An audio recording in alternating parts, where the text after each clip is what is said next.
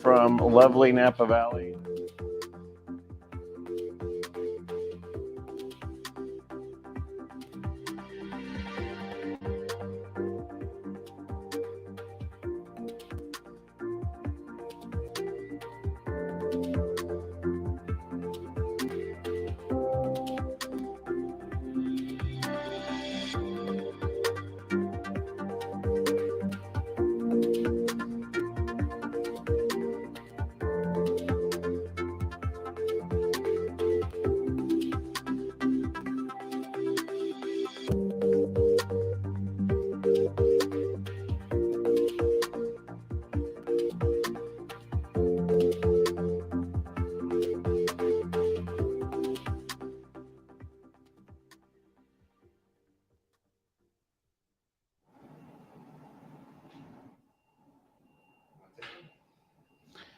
Good morning, everyone, from lovely Napa Valley. I'm at the Stanley Ranch. Welcome to day 2 of the Edge Summit. Yes, I've got some coffee.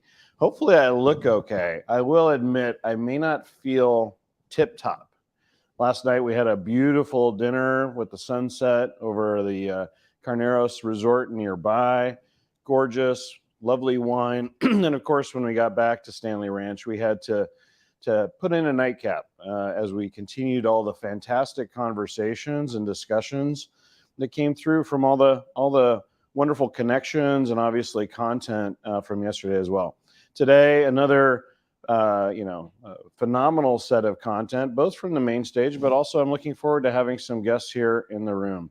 If you're with me yesterday here, or with us, I should say, today, unfortunately, we do not have the lovely Sherelle with us. You're just going to have to bear with me, but I'll certainly do my best to think about the kinds of questions that you have for the guests that we're going to have here in the room as we talk about the impact of AI and, of course, generative AI on commerce and digital marketing. We're really at, in my opinion, an inflection point in this industry. For almost 3 decades now, digital commerce and digital marketing have really become mainstays of our economy, of our lives, and our culture. And that is set to change. It's set to really evolve in a meaningful way. You heard from Raj yesterday, and Anirban and Amanda and many others talking about their perspective on that. And that's a perspective that I also share. I think in the next 5 to 10 years, one thing I've learned from many decades in this industry is it's not necessarily wise to predict timetables, but there are certain things that I think you can understand are going to change and evolve. And it's a matter of customer adoption, people designing experiences that are going to transform how we engage as consumers. And of course, AI and generative AI are already being felt in a very meaningful way in the back office. I'm sure many of you in your organizations are already using AI, of course, and also generative AI inside your workflow, inside your customer experience, and how you engage and transact with customers.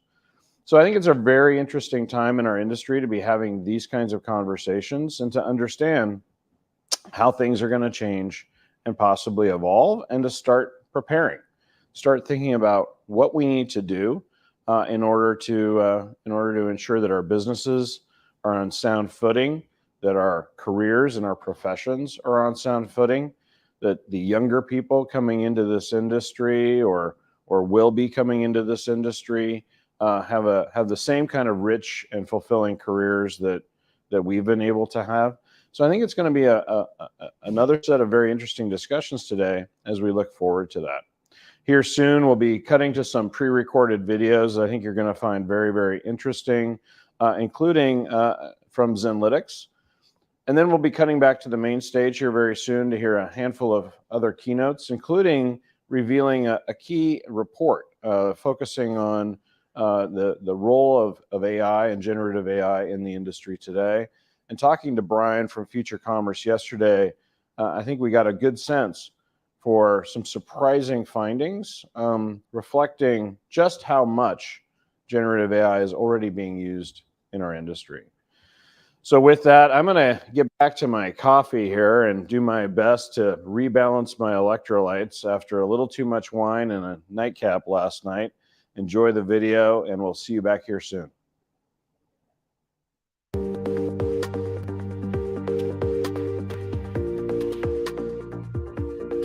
Hello, Paul. Thank you so much for joining us here today on the live stream. It's great to have you. Could you talk a little bit about the problem that Zenlytic is looking to solve and how generative AI kind of uniquely solves that? Of course. And thanks for having me, Brian. The main thing that we are solving is self-serve in analytics.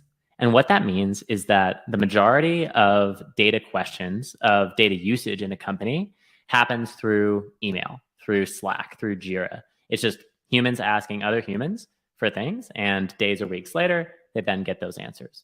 That's a friction-laden process, both for the data team who has to give those answers to the end users in the business, and for the business users trying to get those answers, trying to run campaigns, trying to find retargeting audiences, find good lookalikes, all these things that they need to do. And this is just a friction-laden process. Generative AI allows us to make that just as easy as Slacking someone, as easy as emailing someone. We call it the oldest interface for analytics.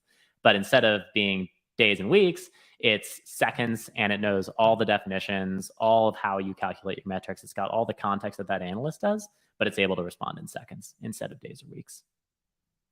So it's like having an analyst literally sitting next to you, and you could just either Slack them or theoretically even talk to them. And you already can talk to them. Responsive answers and start to have a dialogue that could be really meaningful and kind of democratize, right, the insights that are available, which I think is really powerful. Yeah, absolutely.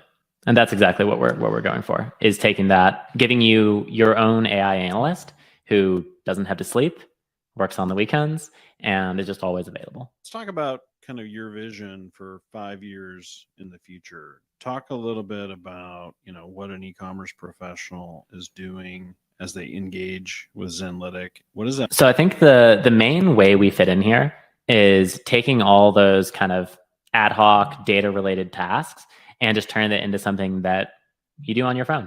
So right now, email is super easy. Everyone does email, right? You can do it on your phone. You can do it on a desktop. It just sort of follows you around. It's easy to do wherever. Data is going to be just as easy. You can ask a question. You're wondering like, hey, okay, who signed up in the past few days? Okay, can I, create me a dashboard of this, that, and the other thing that I want to be able to review for this account, or this big wholesale distributor, or something like that. And you'll just be able to do all these things just by asking, the same way you would Slack someone, ask someone now, email someone now. Reports are, reports, and people have to process those reports. They get to them, then they have to make a decision. They have to sort of maybe do some work to figure out like what kind of impact a change they may want to make can have. And as you said, it's very friction laden. Often I'm working with another person to try to get those answers or get that analysis prepared. But to be able to do that really from anywhere, at any time, day or night, weekends, etc., and to have it be a dialogue, I think is really a powerful opportunity. Talk a little bit about the creation of your company and kind of the founder story and kind of where you're at in the journey. Yeah, so I met my co-founder doing technical grad school in AI. Right when the Transformers paper was published, the start of all this generative AI stuff. We were doing technical AI grad school at Harvard. And right after that, we started consulting, like setting up analytical systems for companies of all sizes, from Fortune 100 to tiny startups. After that, we started building the actual tool. So that let us get a lot of experience just setting up these stacks, just getting reps in that data team's shoes, in e-commerce businesses, really understanding what's going on, what are the real problems, to make sure that we're building the right solution for these people. And from there, we raised 2 rounds of funding. We raised our pre-seed from Primary Ventures in New York, and we raised our seed round this last fall from Bain Capital Ventures.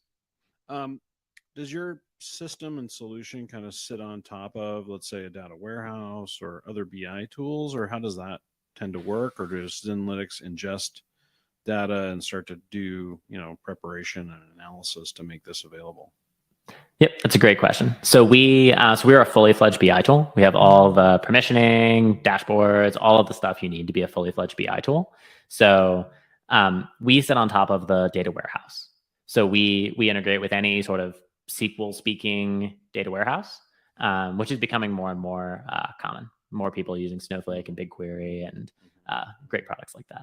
How do you in Zenlytics look at some of the, potential downsides of generative AI? Maybe it's less of an issue given kind of the part of the kind of business process and the problem you're looking to solve. But how do you look at kind of questions around ethical, considerations or bias in these systems? How do you look at that? Whenever you talk about like ethical or bias related things in LLMs, you're thinking a lot about, what kind of language does it understand and what language does it not understand? The way that we solve this problem is that we actually work on top of what's called a semantic layer. That's basically just the definitions of a company's, key metrics, things like that. And these definitions can get complicated, and a lot of times they have really custom acronyms or language like specific to that company. When you encode these things in the semantic layer, you're not actually relying on the LLM's core knowledge of the world to know what, transferable like ECH is, you don't have to know these like weird acronyms that I would have no idea about.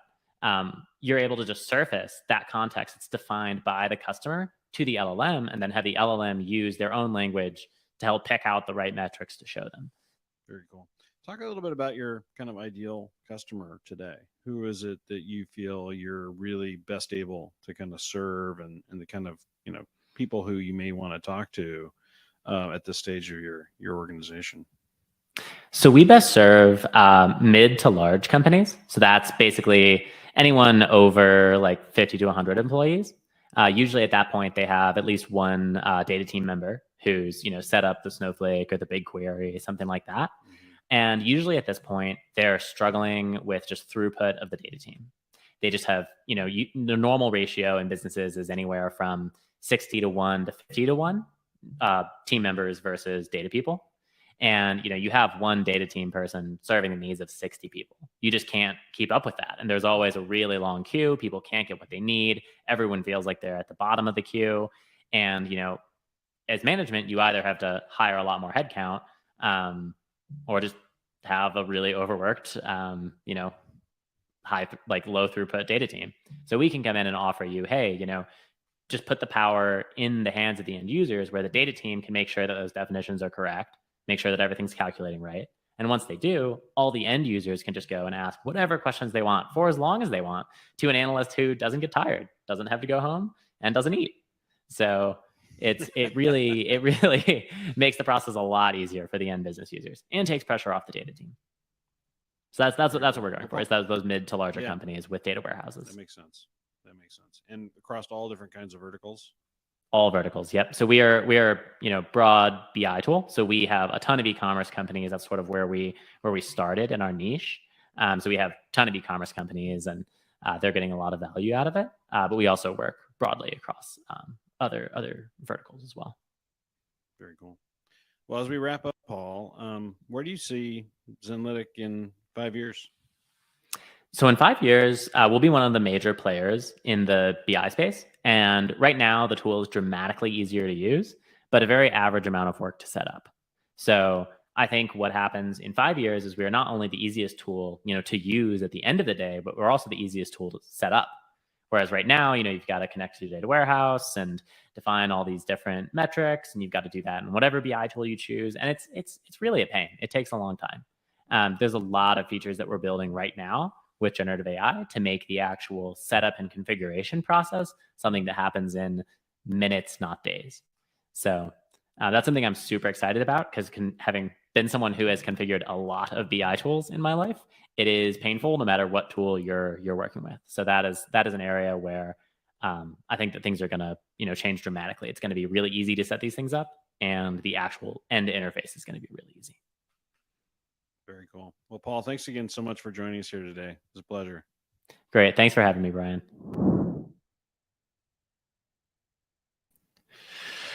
Good morning, everybody. Welcome back into the Bell Suite for day 2. We heard from Brian this morning, and we're kind of getting things kicked off. We're all signing in, and a special thanks to Paul Blankley for his time in that interview. He's the CTO over at Zenlytic. This is the Edge Summit. We're here in Napa, day 2, and we have a lot of exciting things. So buckle up, and great content coming your way all morning long. We really believe that we are on the edge of something big, a shift in commerce that's brought on by this explosion in AI in the marketplace. You heard all about it yesterday if you tuned in live, and you're going to hear more today. Some really great conversations that are going to happen right here in this room behind where we're shooting this. And then across the way, we'll go to the main stage here within, I don't know, about the next hour or so. We have another pre-recorded interview for you. Amy Ochoa, VP and Head of Strategy, Mike Moore, Senior Director of Platforms, both from Incira.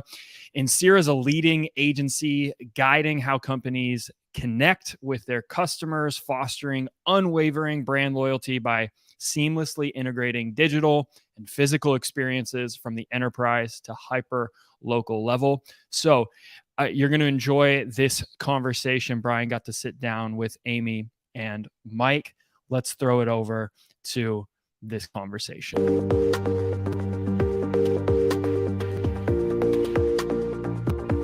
Amy and Mike, thank you so much for joining us here on the live stream. It's great to have you.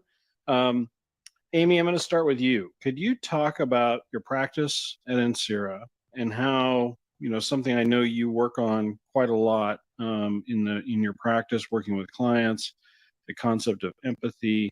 Could you talk a little bit about how that comes into play, and then how that kind of feeds into the discussion we want to have here, which is around how you intersect that in driving a customer experience, leveraging AI?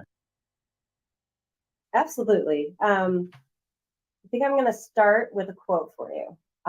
So this is a quote from Brené Brown. She's a renowned speaker and author. And she says that empathy is a choice, and it's a vulnerable one.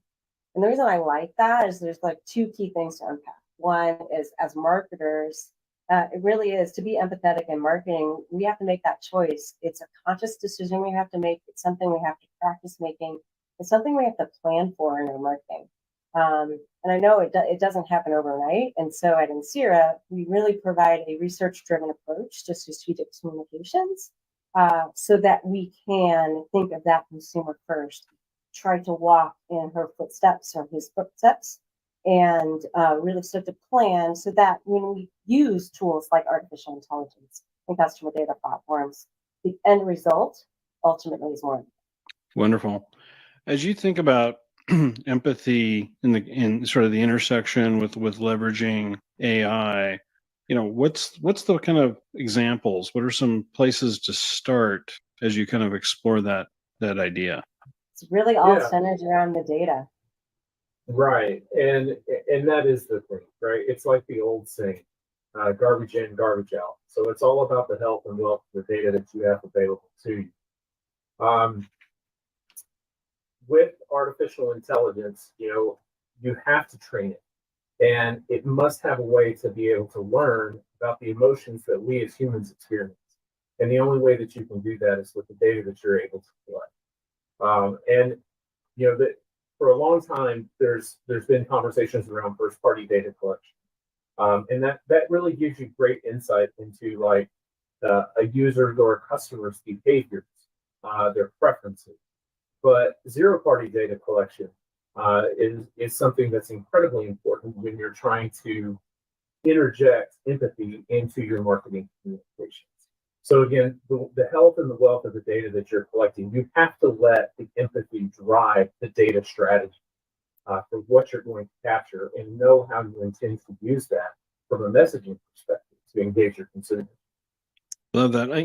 When I'm thinking about empathy, like this construct, it really is. What we've been trying to do in digital commerce and digital marketing now for some time is driving a relevant, personalized experience. And in order to do that, you have to A, be listening, B, be diligent about your data and your data cleanliness, and kind of manage that effectively and maintain that effectively. But then you got to deploy it in such a way that is in the service, in my opinion, of the customer. So I love this idea of sort of using the concept of empathy as we think about digital marketing and how to do that. Amy, what's an example of like a common use case that we might find in digital commerce and digital marketing where you think leveraging that kind of construct is helpful? So it's really interesting because we know that consumers expect us to know them, right? At this point in our marketing evolution, they're providing data and they're expecting us to use it in the right way. But they have some pretty strong points of view on what empathy looks like for them when they're being marketed to. So there's a McKinsey study out on the power of personalization. And some of the things that really pop to the top when consumers are telling us what they want is, for instance, celebrating my milestones, or obviously personally addressing me in communications, or tailoring messages to my needs, right? Not just to who I am, but to my needs in the moment, or sending me timely communications that are tied to key moments for me, right? So you start to see where that personalization and that one-on-one is so important, but you really have to plan ahead of time to understand and recognize what those pathways might be, right? Absolutely. And then, one example that sort of jumps to mind that is such a common use case in e-commerce is, an abandoned cart scenario where there's, obviously communications going back out to the customer. Oftentimes that can come across as kind of knocking someone over the head. It can come across as kind of cynical, sometimes noisy and kind of interruptive. A lot of customers have used that as a negative example. But what's a way to kind of turn that around and using sort of this concepts that we've been discussing here to reinvent how you might think about leveraging personalization tools, customer data platforms, marketing channels, to do that in a way that's constructive and helps support the customer journey? So abandoned cart is a really good one. And actually, that's the one that we're going to discuss with the guests that are coming to NAPA. We're actually asking them to come up with their own abandoned cart experience using empathy as a planning method, but then using artificial intelligence capabilities to really make that come to life. So one thing we're going to ask them to do, though, is to think about it more holistically. The scenario, the experience shouldn't start at the time of cart abandon. You have to think about maybe what is happening in that consumer's mindset ahead of that action, right? That's where the planning comes into play.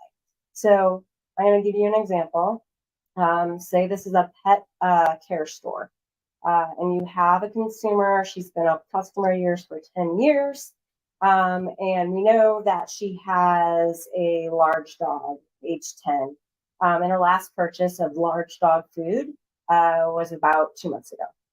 And then about a month ago, we started seeing that she was looking at different things on the website. She was looking at small dog food, small breed food on the website. So that we can say, okay, that's something different. So perhaps we can use technology and artificial intelligence to predict that something has changed in her interactions with us, her history with us. So we need to dig in a little bit more. And this is where the empathy comes into play, because we don't necessarily know what's happening and we shouldn't assume what's happening. So people like to give their opinion. So why don't we ask them? It's the power of zero data collection. And we can do that with web layers, popping those personalized experiences and asking the question of, we noticed something different here. Can you tell us more? So we don't assume, and we learn that possibly her larger dog may be passed in this instance. So right there's a chance to be empathetic, and you can tailor messaging in a respectful way. You can use AI content generation to do that now that you know her mindset, her mood state at the time. Okay, so now we know that, and that's all before that abandoned cart happens. She put a small dog kennel in her cart, and then she did that. Normally, we would say, oh, small dog part, great. She didn't purchase it. Let's send that email out right away and ask her to buy that crate or that kennel, right? And that's where we're like, okay, let's take a pause. Let's understand her mindset right now. We have to do something different for her. And it's, yes, it's her in this particular instance, but I'm sure this happens to others. There's going to be a segment of the population that possibly has a dog that passes away, right? So if you're a pet care store and you do your research, and you understand that this might be a need state, you can plan for it. So now, instead of sending that email, that abandoned cart email right away, maybe we use optimal send time AI to wait a little bit longer for this particular consumer, this particular subject, right? And then personalize her headlines because we know what she has experienced over the last few months. And that way, we're going to hopefully get her to understand that we care for her and then ultimately make that purchase. I love that example. Mike, turning to you, how would you look at that from a data platform perspective? What's needed in order to, support a scenario like that? Yeah. So kind of echoing what Amy was talking about, you're integrating this human connection with artificial intelligence. And Brian, to your question, from a data perspective, what are we looking at? Well, at Ansira, we have this concept of it's a cyclical concept, right? You're listening, you're learning, and you're empathizing. And it never stops. You just keep going in that circle. And so, to Amy's point, you start before the abandoned cart ever even occurs. You layer in like zero-party data collection. That is giving you a better idea of the need state of that particular consumer by having that information. Then based off of that information and also knowing what their previous purchase patterns are like, you can make some product recommendations. So for example, this particular, in this instance, this consumer, if you have a pet, you buy pet toys. And they've bought pet toys before, but those were for a bigger dog. And now it's a smaller dog based off of what we're seeing in the cart. So you can build out your machine learning capabilities in order to make those product recommendations for things that might be more relevant for a small dog as opposed to a big dog. But also by knowing that, her dog has passed, you can send out empathetic messaging about support and things of that nature in order to kind of help them through that difficult time. Then in addition to, Mike, how do you, oh, sorry, I was just going to ask. Go ahead. Yeah, no, I just was going to ask, how do you scale this up, though? Leveraging a data platform, leveraging your activation channels, one-to-one, it's not very realistic in most cases, right? So we've been sort of talking about this in such a way that it's kind of a one-to-one scenario, but what are some techniques and tools in order to scale this up and make this automated and easy for a merchant and a marketer to leverage? Absolutely. So that's where something like contextual personalization really comes into play.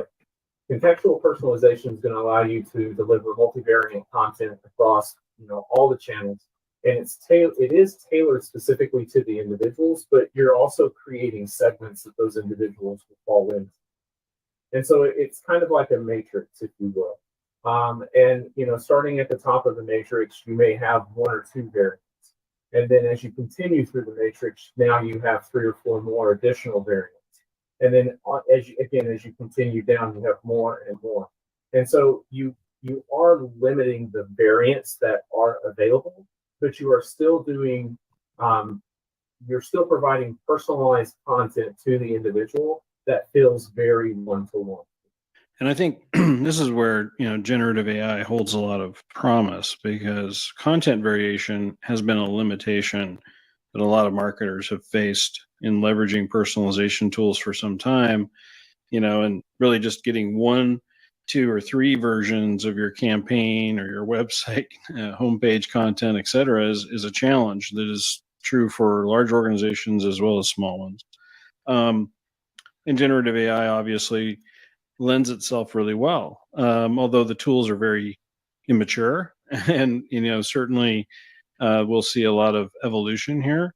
But it lends itself to creating content variations that can then be used in executing against these personalization tools that frankly have been maturing for a while, but lacked those variants. So it'll be interesting to see how personalization gets a bit of an unlock from generative AI's ability to help support creating content variants.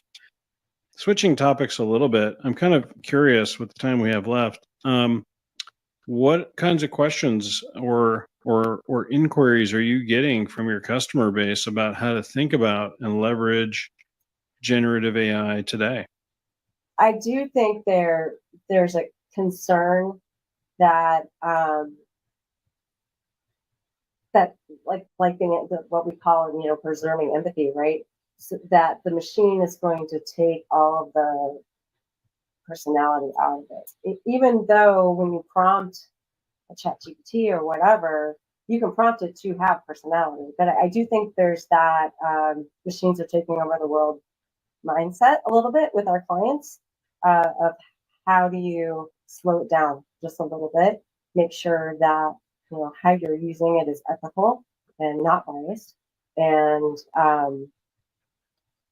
just tiptoe into it, if you will. Mm-hmm. Yeah, absolutely. I think that that's a legitimate concern, and with this generation of tools, especially, we see some indications of challenges, but already, you can see that that's starting to improve. And of course, I would always advocate that humans use these tools to work and become more efficient and or create things like variants that they then would either put the finishing touches on or certainly approve before they're used and executed inside a campaign or channel or on your site or what have you. That said, we are my moving hope is that relatively we quickly become towards a level of automation. We become more effective with these tools that allows us a little bit more time in the upfront to really plan thoughtfully, right? And to think about all those scenarios ahead of time. Because now we freed up our time because the content's being generated on its own, right? In my vision of the future, that would be wonderful. Of course, I'm a strategist though, so of course I want to do the thing. And from a technology perspective, at least from my standpoint, I don't see it as ever replacing anyone. It to the point that you were making, Brian, it's freeing up their time in order to add more human aspects to what it is that we're trying to develop. Yeah, I mean, I think this is going to be a very powerful tool that has pros and cons, but I think the issues around concerns around job loss, I think are probably overstated, because the reality is most of these marketing organizations, e-commerce organizations are already, pretty thin in terms of the people and resources they have. They're already understaffed. And so this idea that, we're going to go cut a bunch of copywriters, well, those copywriters are going to be doing editing. They're going to be using these tools to do more variation and hopefully becoming more savvy also in how they use data to drive better creative content, which these generative AI tools will also help them with. So we'll see. But I think my personal opinion is that, there are going to be downsides, in society, right? In politics, in ways in which people will use it for nefarious reasons. That's true. At the same time, I think the concerns over job loss may be overstated. Well, I want to thank you both so much for your time today. I think we're about at time. Thanks for being a part of the AI Summit and for joining us here on the live stream as well. Thanks, Brian. Yeah, thanks, Brian. We're back here live in the Bell Suite, and we have a jam-packed morning planned for everyone. We actually have our first live interview of the morning getting set right now. we're going to send it over across for keynotes coming up real soon. But hey, as you're logging on this morning, we would love to hear from you. What was your biggest takeaway yesterday from day one at the Edge Summit? What are you excited for going into day two? And where are you joining from? You can go ahead and throw that in the comments. We're going to send it over to Brian Walker, who is sitting down now with Ali Afzalirad, VP of America's Sales at Big Commerce, as well as Jared Shaner. They are here now. Brian is sitting right across the room from me. I'm going to toss it over there for this fantastic conversation. Let's dive in.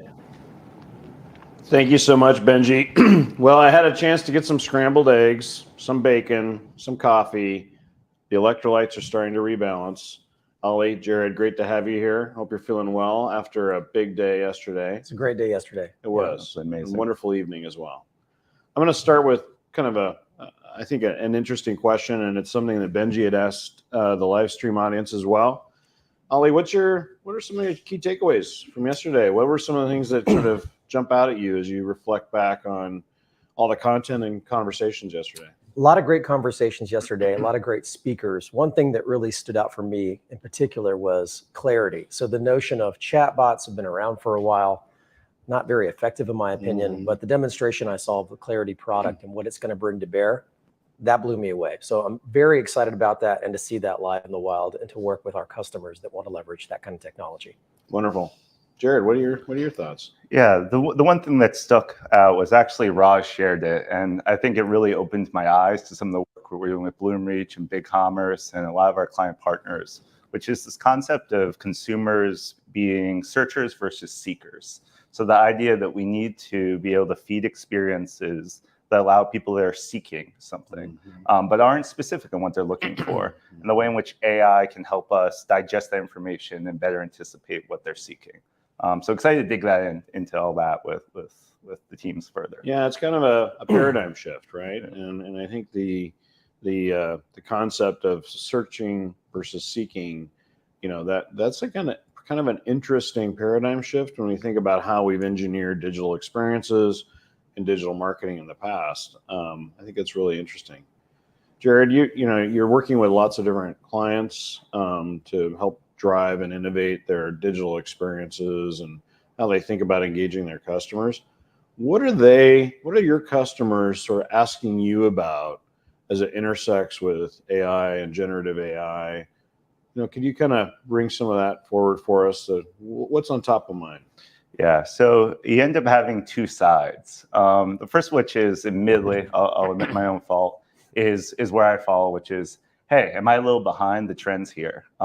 Is AI going to be changing the way in which you're doing things, or should I keep on operating as kind of a fad? So educating those folks while really equipping our team with industry experts has been really important. And the other side, I think, and the truth is somewhere in between, is folks that are really chasing AI. They want to implement it. But in my candid opinion, this is what we share with our clients, we don't want our clients to be guinea pigs. I think that there's use cases today for AI that are really powerful to get more out of less, is what I say. But we should not be looking to have AI power all the experiences. And so that's what's been coming up the most as of late is where should I fall on this? Am I behind? Should I be rushing? And for those people that are super bullish on AI, I love the excitement, but trying to not get ahead of ourselves where we could end up with It's very similar to how I talk to clients about it too. You want to be prepared. You want to be doing some experimentation. You may be using it in the back office, and you're obviously going to use it when it comes to personalization and some optimization. Absolutely. But these are tools that you certainly want to understand. You may want to do some experimentation around, but we're still fairly early in the adoption of this within the customer experience. So Clarity is a great example of Bloomreach bringing a product to market that will mature in the not too distant future. Clients using that, testing it, is going to help improve it, obviously. And so that's a really important thing. And maybe soon that's being used within the customer experience. For other Bloomreach customers, they're going to want to pay attention to that and maybe think about fast following. And I think that's true for a lot of the different capabilities that we're talking about. and I'm sure you have clients using it around, subject line, product detail page, different kinds of content, but it's still early days in terms of how to really integrate that effectively. Yeah. I mean, I think one of the things that is my personal opinion is much like we've seen the evolution of best-in-class software for specific use cases. Yeah. Is today AI for many of our clients is broad, terms, right? And so we haven't sort of seen Breaking folks- it down into specific capabilities. content, that AI may personalization. support. Exactly. Yeah. So I think that's what we're keeping our eyes most on, is being able to identify what are the specific areas that they need some support, right? Where human interaction might not be able to deliver the best experience, and they're going out and trying to seek that. And that sort of is dipping your toes in the water into your AI journey, in my opinion. That makes sense. Holly, what about you? How is Bloomreach, I almost said Bloomreach, excuse me. How is BigCommerce kind of looking at AI as it relates to, the majority of your customers, but also within the enterprise segment? Yeah, it's a great question. So we partner with Google, and we're going to leverage some of their AI capabilities to expand on what we do. So we've always had things like recommendations, but they're not at the same level of what Bloomreach may bring to bear. So we'll have some AI baked into that product. Product descriptions is another area we're going to lean in with them here in the next quarter or so to flesh out product descriptions so that you'll have that capability in BigCommerce. And then we're creating hooks in the platform for large language models so that developers and our partners can expand upon what we do, art of the possible, create the things that we don't have today. And then for the larger customers, we see there's always a need of a best in need or best in class solution, such as Bloomreach Discovery or the engagement platform, or soon to be Clarity, where we'll plug into those different solutions. So we have over 5,000 partners between technology partners and solution partners in the ecosystem. So we want to leverage what they bring to bear versus just being solely reliant on BigCommerce, because you're never going to use everything we do out of the box at that scale at the enterprise level. That makes sense to me. I'm kind of interested in what your read is on the kind of the market today. Okay, we're going to pivot a little bit. I'm kind of interested in this because I've been having a lot of conversations over the past weeks, and obviously here at the event, trying to get a sense for where we're at in this market, around commerce technology and marketing technology. What I'm hearing is there's sort of a pause, and that people are kind of waiting to see how the economy sort of flushes out, so to speak, here toward the back end of the year. And people are starting to lay in their plans for next year here soon, right? We're already in August.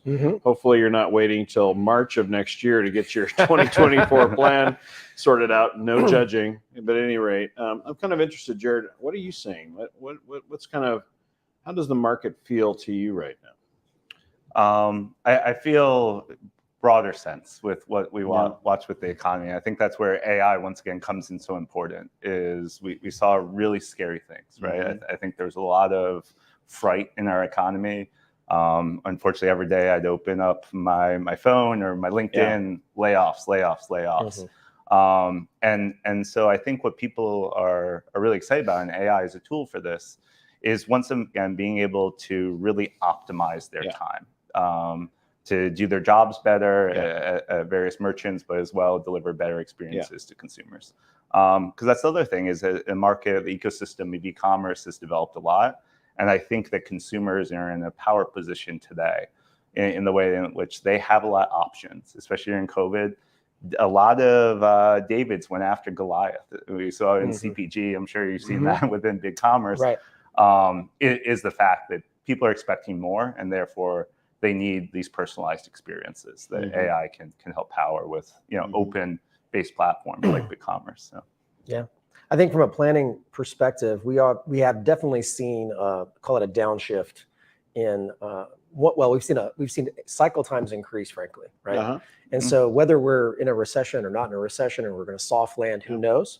Hopefully we do soft land, and I'm hoping coming out of 2024 we'll see a rebound. So for all the folks out there planning, please plan aggressively for growth.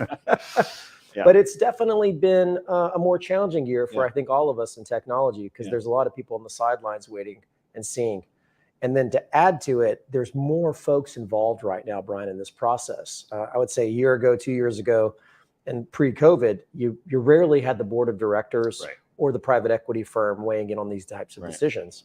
And almost every deal, especially of significance, definitely has that incorporated in the process? Well, I wrote about this recently in my newsletter, Mhm. Cocktails in Commerce, and I talked about sort of the platform replacement cycle. And really, when I was an industry analyst many years ago now, let's be honest, the replacement cycle was 3 to 5 years. Right. Right. Now that was a different era, but now we're looking at 8 to 12 years. Right. Right now.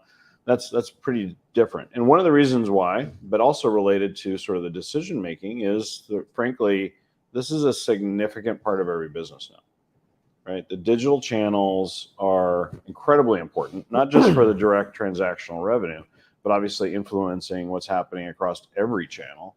And so it's a big strategic decision that's being made. And so there's more at stake, if you will. And so more people are going to get involved in order to ensure they feel it's the right decision, which is, I think, very, very interesting. 100% agree. In the time when you were an analyst back in those days, I think there was a field of dreams mentality, and it worked. If you build it, they would Some come. people painted the picture. Yeah. But literally, if you build it, they will come. Yeah. And they did. If you had the digital property, folks were coming to the site, they were buying from you. It's a much more competitive landscape now. Yeah. And people are making wise decisions. They know it's not just about having a great site. You're going to have to advertise and market that site and then have the best experience possible.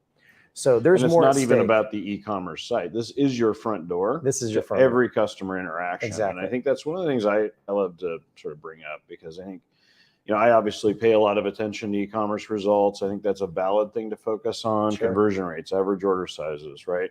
Our sales up by how much? Da da da da da. But the reality is, almost every transaction in almost every channel now is being led by digital, right? And so that's why engaging the customer effectively in these channels is so critical, right? And it's more than just the underlying platform. It's all the different pieces that need to come together. BigCommerce obviously provides a great platform for that, and then being able to bring in other solutions as needed and great agencies to help support all of that. I think it's a very interesting sort of transition, in a sense that I think COVID really cemented, if you will, what was already there. Yeah. Well, it was interesting. I was having a conversation. I won't have too much particulars in case their boss is on the line. But We're not going to name names. Come on. No naming names here. I'm not here to have people lose jobs. They're We're already not gonna scared get about it the easy. robots stealing their jobs. But I was having an interesting conversation last night, and candidly, this individual is a little bit frustrated, right? Mhm. Because e-commerce by revenue on paper was only driving about 10%, Sure. right? And their company has hundreds of retail locations. And I said, well, the case you have to make is Exactly. they have hundreds of channels, hundreds of interactions in their stores. Of course, revenue is going to come here. You need to be able to invest in these experiences and personalize it as if they're walking into their Right. local store Right. and they're seeing their favorite, sales associate, Ali, right? Greeting them, knowing what they want. Exactly. You're buttering him up. Yeah, Yes, exactly. yes. We're gonna- I have to. Now that we're not on the same battlefield anymore. Ali and I. We used to compete. Yeah. All right. Yeah. Well, I think to your point, right? Like being able to demonstrate through attribution, right, the impact your digital channels are having on all the other channels is really key. And I think that individual may be struggling to be able to demonstrate the impact the digital marketing and the digital channel is having on everything else. And unfortunately, people are just kind of counting the cash register and thinking this is only 10% of our business, so we're going to invest accordingly. It's kind of the wrong way to think in today's day and age, when many consumers, especially younger consumers, really are beginning their shopping journeys, even deciding where they're going to go first on digital, even though there may still be serendipity inside the physical store environment, and something some people enjoy, some people don't, and it depends on your shopping journey and what you're trying to accomplish. But I think that's a real key. So back to sort of generative AI. As we fast forward 5 years, I'm going to start with you, Ali. Sure. As we fast forward 5 years, you've worked in this market for a very long time. You understand how these businesses work very well. What do you imagine an e-commerce organization sort of looks like with the impact of generative AI and the maturation of AI in general? What impact are you kind of thinking about as we fast forward, say, 5 years? It's a great question. You know, I think it was Kara Swisher said this, and it's been said before, anything that can be digitized will be digitized. And so in the late 90s, early 2000s, when you heard that, you thought, no way, it's all starting to come to fruition, but it's still not fully actualized. So I think generative AI is going to give businesses that traditionally have difficult selling models and complex catalogs and may not even have images for all their products or product It's an unlock descriptions. for that. It's an unlock for that. So you'll see a lot of B2B businesses that have been reluctant to come online because they think their process or the way they sell is too complex. I can envision a world in which digital is a much bigger portion of their business than today. From a organizational standpoint, I think you'll see probably the same size teams. I don't anticipate teams will get leaner. We were talking about this earlier, that there's still going to be a need for developers. There's still going to be a need for marketers. Well, the reality is most of these organizations are running very, very lean already. Right. They can't find the people or they're fighting for budget. Yeah. So these tools like come in and they help the current team do a lot more. I don't foresee a lot of job loss. Right. Rather, I see a lot of efficiency gain. Indeed. Yeah. Indeed. So who knows what's going to happen 5 years from now? The other thing that I'm kind of hoping for is that we're both in the Mach Alliance and we think about composability. And today it's a very developer-led endeavor. It requires resources. It's not for the mass market today. I can see a world in which generative AI helps make that easier. It already is, actually. Talking to some Mach members who are actually using generative AI to write integrations. Yeah. So that's very interesting, right? It's like, okay, the generative AI has an understanding of all the documentation around how to write to these different systems, et cetera. And it's actually capable. I mean, obviously a human being should double check it and there should be testing and so on. But this is like an example of how, as you said, these things might work more effectively. And then I also think, you've got a lot of other aspects that are sort of coming into play to make composability easier, more plug and play, more business user friendly. That's evolving very, very quickly. By the way, I loved your point on B2B. I think that's a really important one. And I think it actually translates to B2C as well. And that is, salespeople require a lot of expertise, right? In certain kinds of verticals, certain kinds of product categories. It's hard to train them. It is. Right? It's hard to recruit them. There's actually a battle for talent in B2B sales right now, which is very, very interesting. And generative AI may actually, have a big impact on that. Right? 100%. Being able to onboard all that domain knowledge and then serve the customer in a much more effective way. We're about out of time. Jared, any final thoughts as we quickly wrap up here? No, I mean, I think one of the important things, and both you gentlemen just touched on it, is the open nature. The integrations is what I'm betting on. That's why we've partnered with Ali and BigCommerce, is the fact that they open up the ecosystem. I think that's going to be equally important as it comes to AI, is all these systems being able to digest. I tell people about AI, it's only as good as the data or the inputs, and we don't need prompters, even though those jobs are opening up now. Prompters creating all these rules. What should be prompting is the ERP, the e-commerce platform, the ESP, Bloomreach, powering these experiences to make these internal AIs smarter. So that's my one suggestion. Well, thank you both for being here. It's a great conversation. Have a wonderful day. Wonderful to see you both again. You too. And we'll stay in touch. Absolutely. All right. Thanks Cheers. so much. Cheers. Thank you all. Big thank you to Jared Shaner, Chief Revenue Officer at Trellis, and Ali Afzalirad, VP of American Sales over at BigCommerce. Great insights in this conversation about leveraging AI for real-time personalization in e-commerce, enhancing the overall shopping experience, and that line, we attribute it to Kara Swisher. Anything that can be digitized will be digitized. I think that is so true. AI is making that dream a reality. We are witnessing the edge of this. And man, what an exciting time to be in this space. Wanted to give just a few updates here on what the rest of this morning is going to look like. Over the next about hour and a half, we will be sending it over to the main stage. And we have a couple more kind of conversations here in the Bell Suite that are taking place. But day two, Amanda will kick us off in just about 30 minutes. And then we'll have a panel discussion, retailers and brands giving perspective, maybe less focused on today where we are, but more of where will we be tomorrow. We have a fireside chat happening in about a couple hours, building a brand through change. And then we'll talk about the report that Brian referenced, Future Commerce, their AI report, and then a closing keynote. So we have a jam-packed morning for you. Thanks for spending time with us. Napa is beautiful, and we're all waking up, getting ready for these keynotes. So thanks for being here early with us.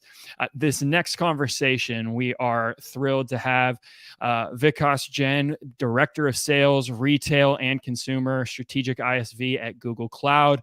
He has spent the last decade at Google and a number of pivotal roles, and Brian is here in person to have this conversation with Vikas Jain. So I will throw it over to you, Brian. Thank you so much, Benji. Here, cheers. Some Cheers, coffee. Brian. That's Last good. night we were cheersing with Something a little else. stronger. Yeah, indeed. Great to see you this morning. Thank How you you. doing? I am doing well. I'm rested. This is a beautiful location, It is, so isn't I it? can't complain. Yeah, no, I did sleep well. Where's the Google T-shirt and apparel? You don't have a Google blazer? I was joking with my colleague this morning. I got up and I said, I'm going to wear a white shirt, and I pulled it out of my closet, and it turns out it was my daughter's shirt. That never works out well. See, there's so. a use case for AI right there. I'm making sure that doesn't happen. Thankfully, I had another shirt. Otherwise, you'd see me wearing the T-shirt from last night. And you've But, got the. but and I'm you've wearing got, my Google socks, by the way. do you have the Bard implant like already plugged in? Is it working this morning? I think I had my wife implant on my head, so that overrules everything else in life. Well, listen, all seriousness, it's great to have you here. Thanks for Google's support of the event and for being such a great partner of Bloomreach's as well. Bloomreach, of course, relies on the Google Cloud to ensure it delivers a high performant, reliable solution that we've been discussing. But of course, it's been an interesting time. Google, of course, at the forefront of really innovation in generative AI. Really, many of the seminal, papers and models that all this innovation has kind of been fueled from. And then, of course, now, bringing some really important products to market. And it's still early days, but I'm interested from the Google perspective. Where do you think we're at in this adoption curve and in the evolution of generative AI and its impact on the marketplace? Yeah, listen, it's an understatement to say this thing has caught us. It's a tsunami, and I love this. I was talking to one of our leaders who is responsible for Gen AI at Google, and we were talking about the 4 revolutions we've experienced. Mm-hmm. One is obviously well before your and my time, which was the Industrial Revolution. And then we had the computer revolution happen. And then thanks to Mr. Jobs, we had the mobile phone revolution. And I think we are at the cusp of something very, very cool, which is the generative AI revolution. And for me, it's an amazing time to be at Google, simply because I think when I look at Google's DNA, there are a few things that Google has always done well on, which is one, focus on the user, which our customers appreciate, because if we focus on the end user, we all win, right? Mm-hmm. So think about all the products we brought in, and search is probably the leading example of it. I think the second thing, which is really, really interesting for me, and which I think puts us in a pivotal position, is the 10x thinking. Mm-hmm. Whereas the 20% project people do on their own time, or Area 120, which we do a lot of this innovation, or Google X, we have a lot of things happening that start to tie this together, right? I mean, if you think about generative AI, it's actually not new for Google, because artificial intelligence has been woven into the fabric of all our products. And then number 3 is, I don't think at Google we're afraid to iterate and improve things. I mean, look at Chrome or Android as great examples of where they were when they first launched 10, 15 years ago and where they are today. And then last but not the least, this is the part I really enjoy being at Google for, is democratizing information. We are the number 1 company in terms of contributing to open source for generative AI. So from that perspective, I think it's amazing to be at Google, but I think it's more amazing for what Google can bring to our customers and partners like yourself. So I'm super excited. I spend a lot of time talking to C-level folks around the country, having this conversation around how do we get prepared for generative AI, and more importantly, in these early days, what are the foundational things we can do so we are set up for success? So that brings a great question. Like, as you engage with the C-suite, across a variety of industries, I think you're engaging with, ISV technology providers such as Bloomreach. You're also engaging with businesses from a wide variety of industries. What's top of mind? What are people really focusing on right now, and what should we be thinking about? I think it's really interesting. It's like I sense two emotions, because emotions drive everything, right? One is excitement. Everyone wants to be part of this. The second is the fear of unknown. And I think both are very valid and, what I say, important emotions to recognize, because if we don't get this right, and if we don't do this right, we could seriously either jeopardize our businesses or lose the trust of our consumers. Right. So that's really what I talk about, right? Is generative AI is the next frontier. Yeah. But in order for us to unlock the promise of generative AI, guess what is the number one fundamental thing we have to do? Data. Right, of course. We have to have the foundational data and privacy principles in place, because we are also now starting to flirt with the ethical boundaries of what we can or cannot do.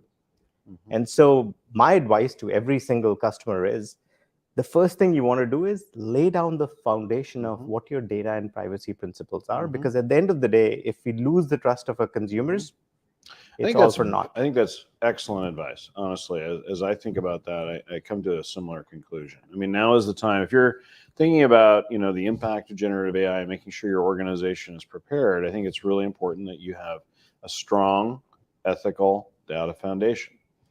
Having the right data models in place, being able to aggregate, normalize, synthesize data from a variety of different sources that then you can use later or use now, but start to play with now, and be able to ensure that you're able to deliver the customer experience that reinforces trust, reinforces customer loyalty and engagement, but also then can give you consistent insights in the back office, help you understand your brand voice and what's working, all these kinds of things that we've been talking about as potential application of generative AI. If you don't have that data foundation, there's really, as you said, a strong chance you're going to get off course.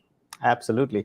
And to be honest, I will tell you, just to kind of continue with the question you originally asked me, right? The other piece of advice I give our customers is identify your strategic partners, because you don't have to go alone on this journey. Right. And you can't. No, it's for too a number big. of reasons. It's too big. Because A, it's too big. B, we're still scratching the surface. And C, there aren't a lot of trained professionals. We are learning as we go. Even at Google, we are learning as we go, right? So at Google, we will contribute with both our, like everything from upskilling our customers' resources to providing our own experts to help you identify what are the use cases and how to then go launch those use cases. Because here's the other thing which I worry about, right? Technology is really cool. I'll give you an example. You remember back in the 60s and 70s, those lamps you can clap on and off? I'm not sure how old you are, but 60s might be a stretch for me to remember. But I remember those. By the way, you old look videos. Amazing for being 95. I do, actually. That's where Google technology comes into play, right? But I would watch. So I love watching. No, I do remember. No. But I do remember love the clap watching on, clap old off. videos. Yes, Because I think there's a lot of lessons you learn from history, even though it was before your time and before I was even born, right? However, when you're sitting in a studio that is 10 by 10, and you can reach. I talked to my nephew about this, right? He lives in Netherlands. He's got a one bedroom, and he has Google devices connected over. He can literally reach across and switch off the light, and he says, "Google, can you switch off the light?" That is cool. That's not useful. So I think as we think about generative AI use cases, it's very important for us to distinguish between useful and cool, because Mhm. useful also automatically captures return on investment. Correct. Because if we are putting money into it, and this will require Mhm. significant investment of both people and dollars, Mhm. we need to be able to make sure someone is willing to pay for it, someone Mhm. finds it useful. That's my other piece of advice for people. Well, I think there's been a lot of debate, right? Is this yet another thing that we're kind of hyping, right, in the industry as we talk about the impact? We're coming off an era not too long ago where it felt like every conversation was on the impact of crypto, the metaverse, right? I happen to have been a bit skeptical, and I was public about my opinion on the impact of those things on digital commerce. So we don't need to rehash that.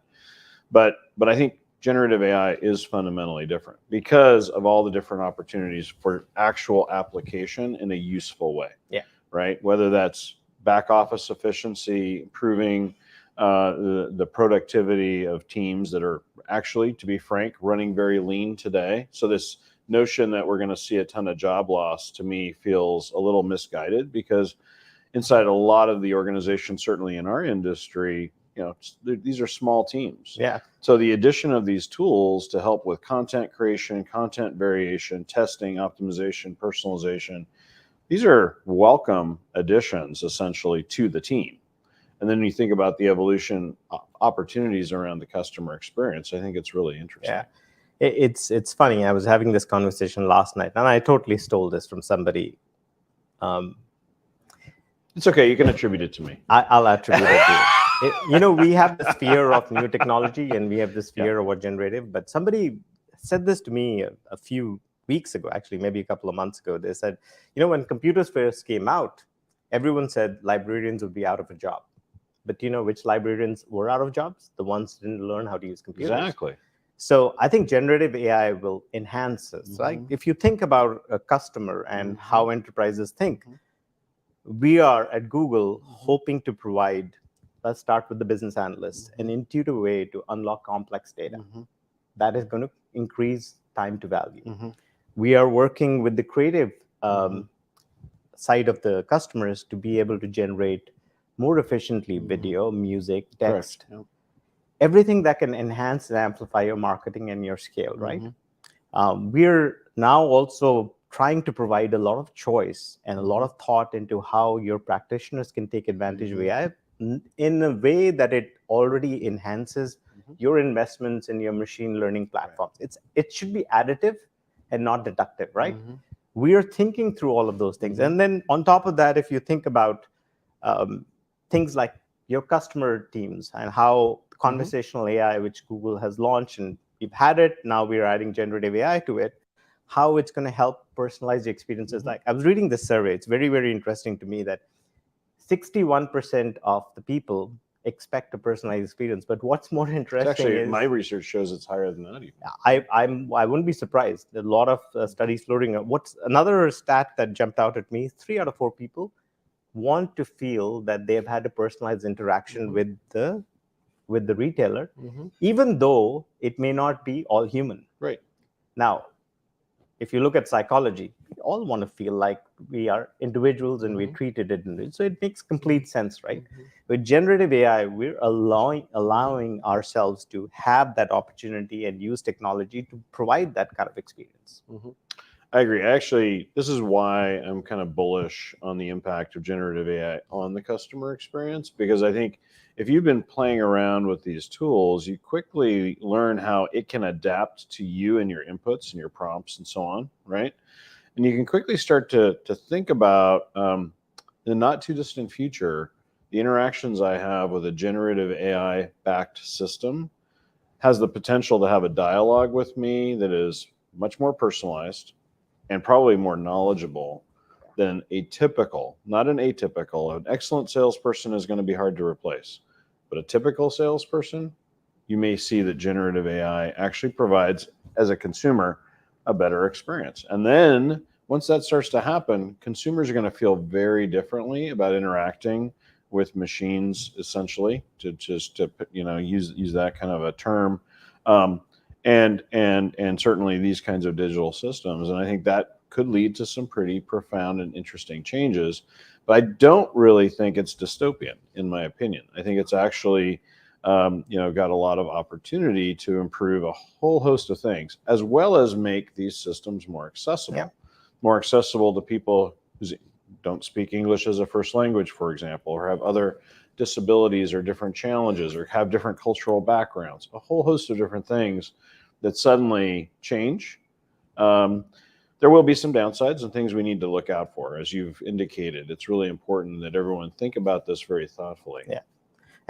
And sorry to interject. No, To please. add to it, right? Forget people who English may not be the first language, and it's not mine, although I do pretend it's my first language.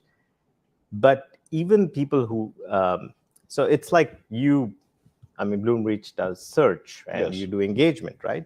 Think about it. I go to a website, pick any retailer and said, I want red shoes. Now, knowing where I'm coming from, what interactions I've had, and using generative AI, I can put context around it differently. If it knows Just like who a great I am, salesperson would. Exactly. But let's be honest, like salespeople, finding good ones who can train and have the domain knowledge and understanding of the catalog and all these different aspects, that's hard to do. Yeah, believe me, I know. Yeah. I try to hire the best salespeople. Yeah. It's a hard job. Exactly. Kind of getting back to Google here. You're obviously working with the Google Cloud capabilities and working with a variety of clients and so on, as we talked about. What's your perspective on businesses essentially building on top of, let's say, public cloud infrastructure, segregating data, and then trying to build their own models and trying to, like, in a sense, tune their own system in a very bespoke way versus using, kind of commercially available services and so on? What are you seeing and what are you sensing in terms of that happening? It's an interesting question you ask, right? Because I think at the end of the day, just like individuals want to be treated like individuals, enterprise have individualistic needs as well, right? And part of the reason our Gen AI philosophy is operating on what I call the 5 pillars. Number 1 pillar is we want to make sure when we work with our customers, we are finding ways of making sure your IP is protected, because you've heard of horror stories of this one very famous consumer electronic brand, global brand, where they were playing with one of our competitors and their IP leaked into the wild. No bueno, right? Mm-hmm. The second thing is we want to make sure we're providing choice and value. To your point, right? Just one big large model doesn't address everything. So we at Google are trying to think about how do we offer choice so the return on investment is justified as you implement Gen AI, right? The third, which is also important, is around how do we ground everything on factuality. Now, this is where I think Google has a definitive advantage over everyone, right? As a customer, as you're servicing your consumer, you not only need to provide them answers, but you need to provide them answers and be able to tell them where the answers came from, the source of truth. And guess what? All the So trillions. explain the AI, essentially. Exactly. Yeah. Like, I ask a question, I can get an answer, but how do I know the answer is accurate? And how do I know who actually came up with the answer, right? And because of our search pedigree, we're able to do that. Number 4, I think, which is never something you can understate, is security. How do we ensure that when you work with Google, our paramount interest is to make sure that your systems are secure as you are unlocking all this data? And number 5, honestly, is how do we make it easy? Whether it's through tools, it's through trainings, or it's through the different models and APIs we offer, the ability for you to be able to take advantage of generative AI. So that's really the fundamental core philosophy of how Google thinks about generative AI. Yeah. Well, it's a fascinating time. We're out of time. Vikas, thank you so much for joining us here. Fascinating conversation, and always great to see you, and have a wonderful rest of the conference as well. Likewise, cheers. Hopefully we Cheers. get to grab another All right. drink soon. Take care. Thank you. Thank you. Back to you, Benji. Well, special thanks to Vikas Jain, Director of Sales and Retail and Commerce, Strategic ISV at Google Cloud, for his time with us this morning. And we're about, I would say about 15 minutes or so from going to our keynotes of the morning, and a lot that we have to look forward to. was joking around with chat or messing around with Chat GPT this morning, and I was asking it for jokes, and I have to say there was none good enough to bring to this live stream. So that's one role that definitely is not in danger of losing their jobs. We're next going to go to a video. Michelle Nemskoff, Senior VP of Marketing over at Persado. She, just a little bit of her bio. She was part of Quantcast, an AI-based ad tech platform provider for the open internet, where she led and navigated the marketing team during a time of business model and industry transition. She's a veteran in the space. She began her marketing career at Apple, then served as a partner with Indigo Partners, and then developed and executed successful marketing strategies that drove growth at a variety of tech companies. Persado, for context, fantastic company. Their top 30 customers have achieved over $1.5 billion in incremental revenue in really quite impressive record time. They've worked with companies like Dropbox, Vanguard, Comcast, Chase, Gap, Ally, just to name a few. So we're excited for this conversation with Michelle. Watch this.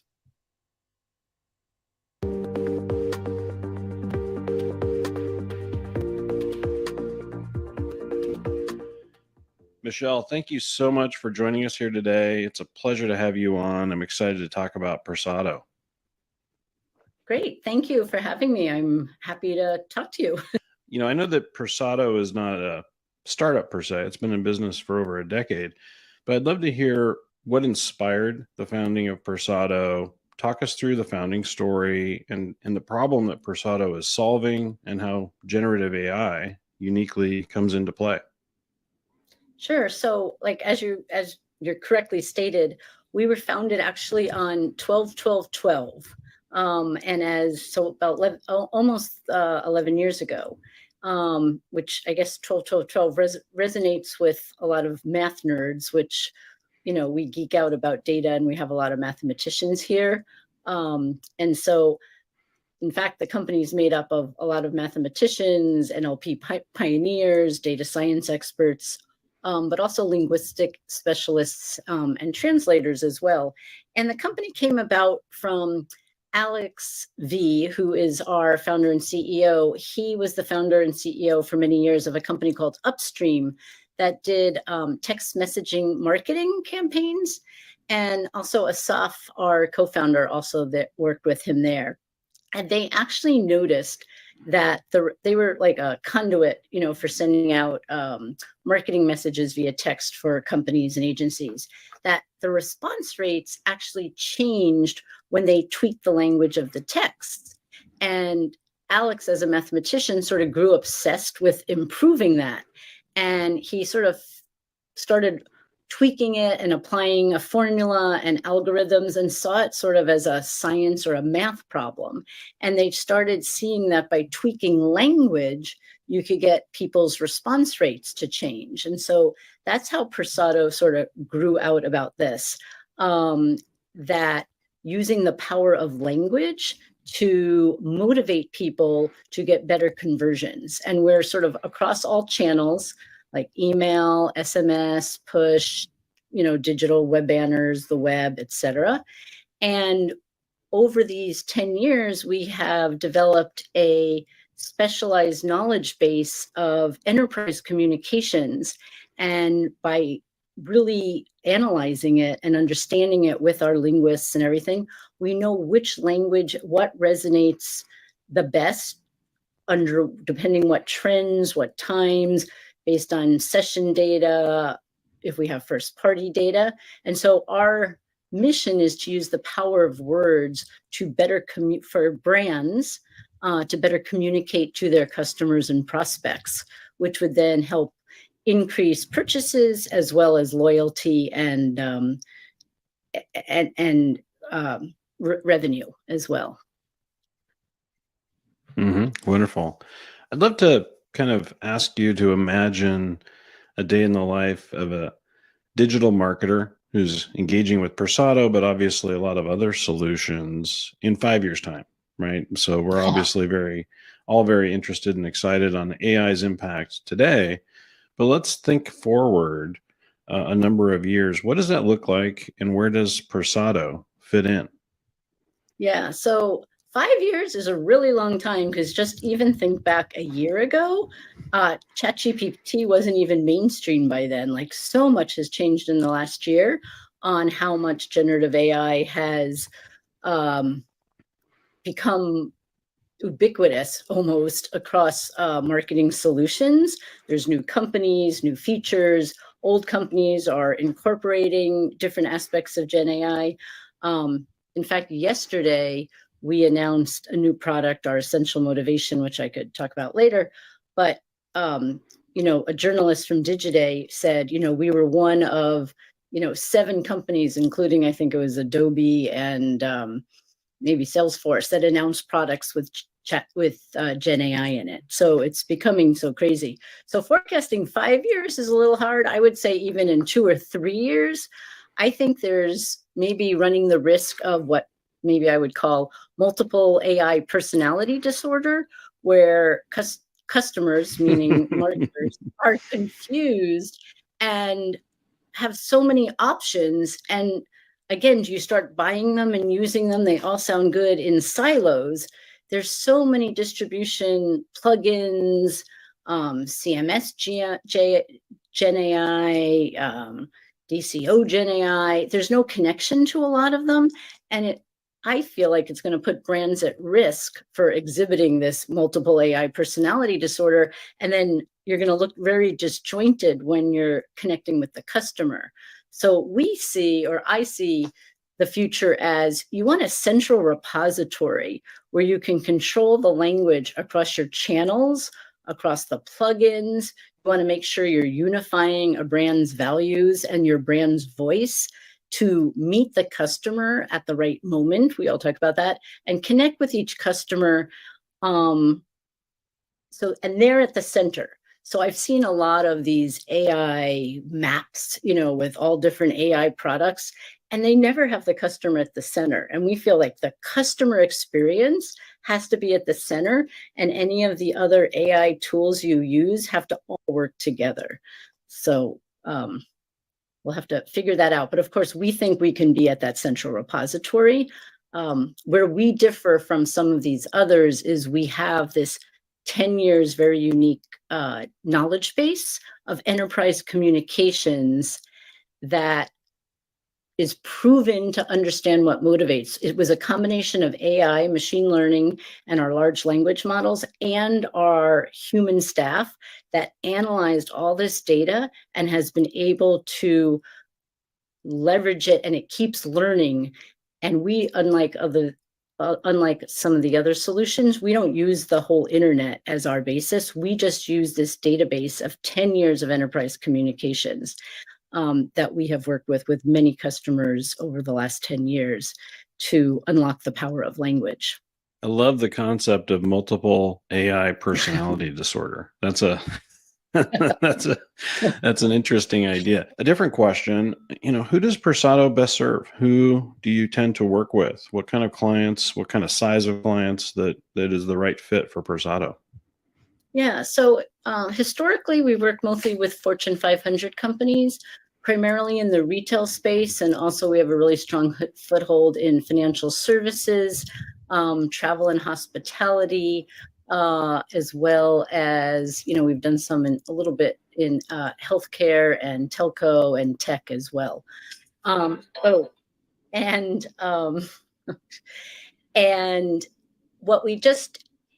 some of our big customers are like Chase and Tapestry and The Gap, lots of household names you've used. But with yesterday's announcement of Essential Motivation, what we've done is taken this 10-year database and now bringing it more to the mid-market. So lots of other companies, we have a self-service model. It's much more simplified. We've taken all the learnings and are able to generate variants, as you said, per channel. You can either start with your own copy, because we have lots of people who think they're very creative and clever. Start with your own copy, and we will come up with different variants. And based on our database, our knowledge base, be able to come up with predictive scores, so to predict how well they'll perform in the market. And again, we work with, the marketing departments of the digital marketing departments who are using different channels to communicate with their customers.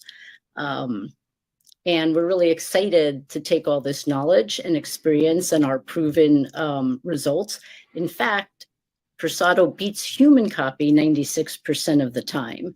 And depending on the channel, the lifts are between 20 to 40% that you could increase your lift, which of course conversion lift will translate directly to revenue.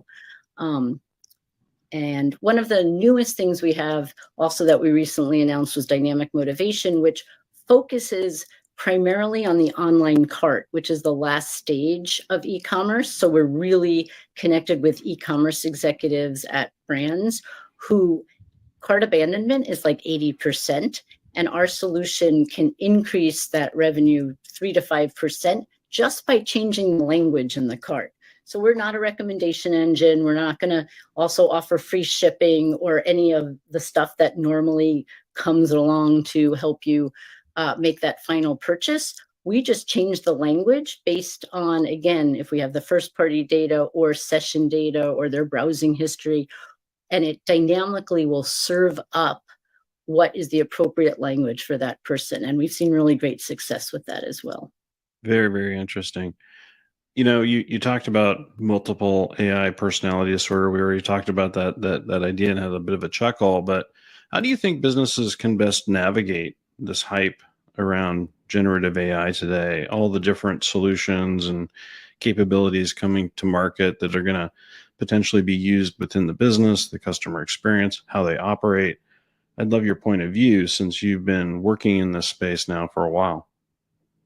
I would say so many of the new solutions really focus. I mean, Gen AI is amazing for efficiency, right? It gives you lots, you can use Gen AI and get something written up super fast, like ChatGPT.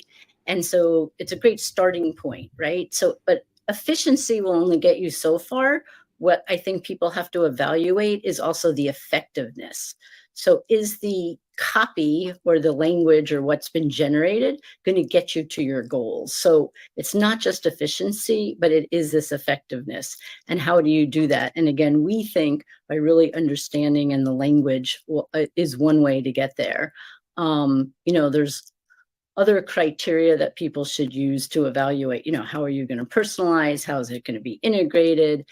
How do you get continuous learning and insights to help you over time, which again, our models do. They continue to learn, and we provide all sorts of insights like what tags or what language is performing well for this campaign versus that campaign versus this audience. And so it's a team effort to keep learning and keep trying different variants to get it across. So I just think people should evaluate across what's the criteria that's most important for them, and not just get on the hype bandwagon of, oh my God, I need to use Gen AI, but really how is it going to help me achieve my goals for the company?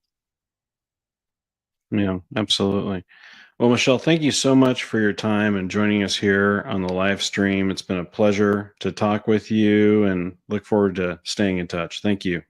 Thank you so much, Brian. Appreciate it. Have a good day.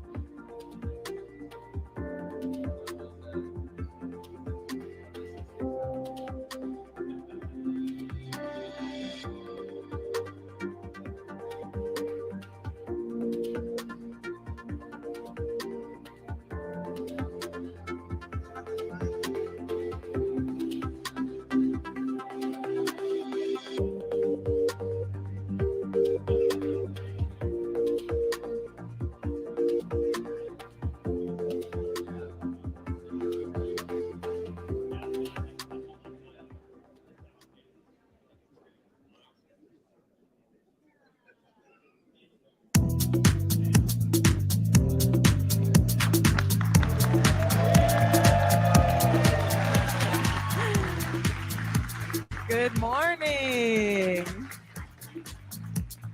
Thanks, everybody. Welcome to the Edge Summit Day 2. We had such a great day yesterday. More than 20,000 joined us online, and we're so excited to have all of you, most of you, back in person after our networking event last night. We are going to continue the format today. We're going to be live streaming the sessions this morning, and then we'll be doing the one-on-one digital format again as well. And we do, with all of those views, expect to get some YouTube royalties. So hopefully that happens, if nothing else. The response to our conversational format has been overwhelmingly positive. The ideas, the innovation, the discussions have led to some really great insights that we hope to carry through the days and weeks that are coming. And while today we do have a shorter agenda, it is action-packed. We're going to begin our morning with a discussion on the future with a panel. They will talk about some predictions, give some advice, and some practical ways that you can begin implementing this new technology in your businesses today. Our moderator, Alon Katz, is the head of consumer portfolio operations for TPG Capital and was previously the GM of Prime Now for Amazon. Alon is a seasoned operating executive with 2 decades of expertise encompassing influential roles at Amazon, TPG, PepsiCo, and Bain & Company.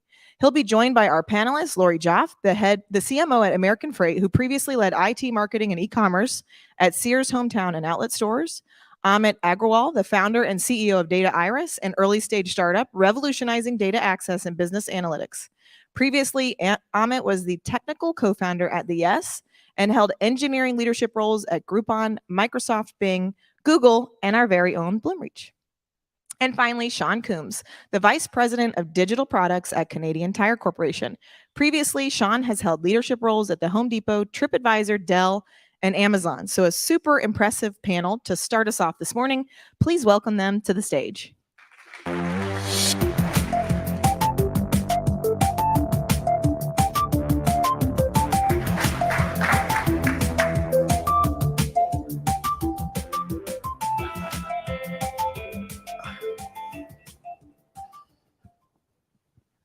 Morning, everybody. It's great to see everybody alert and ready for our wonderful panelists to share some thoughts. Maybe just to kick things off very quickly at the highest level, obviously Gen AI is not a one-size-fits-all solution, nor is any technology. So maybe we can start just, how are you guys thinking of applying Gen AI to your businesses? And Lori, maybe we can start with you. Yeah, sure. So, hey, everybody.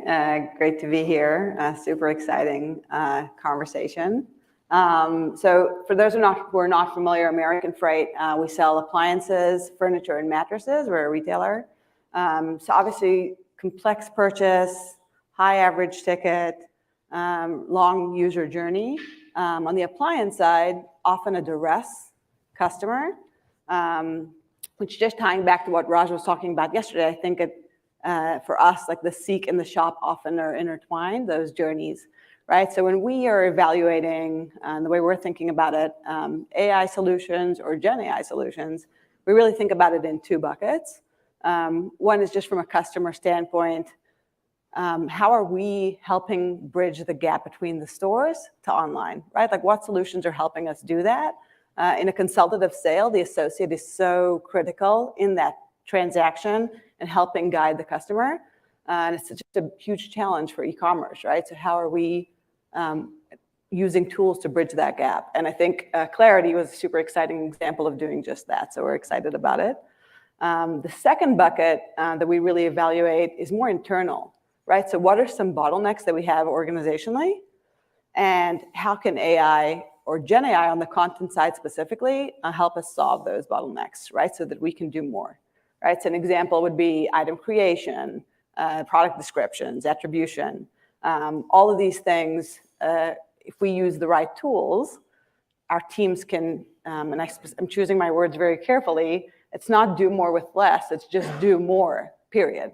Right, so that's how we're evaluating it. Got it. That's very helpful. And maybe Sean, I don't know at Canadian Tire how you think about that. Yeah, no, I think one of the things that we're trying to do is move as quickly as we can in the area, because again, we want to lead, we don't want to follow.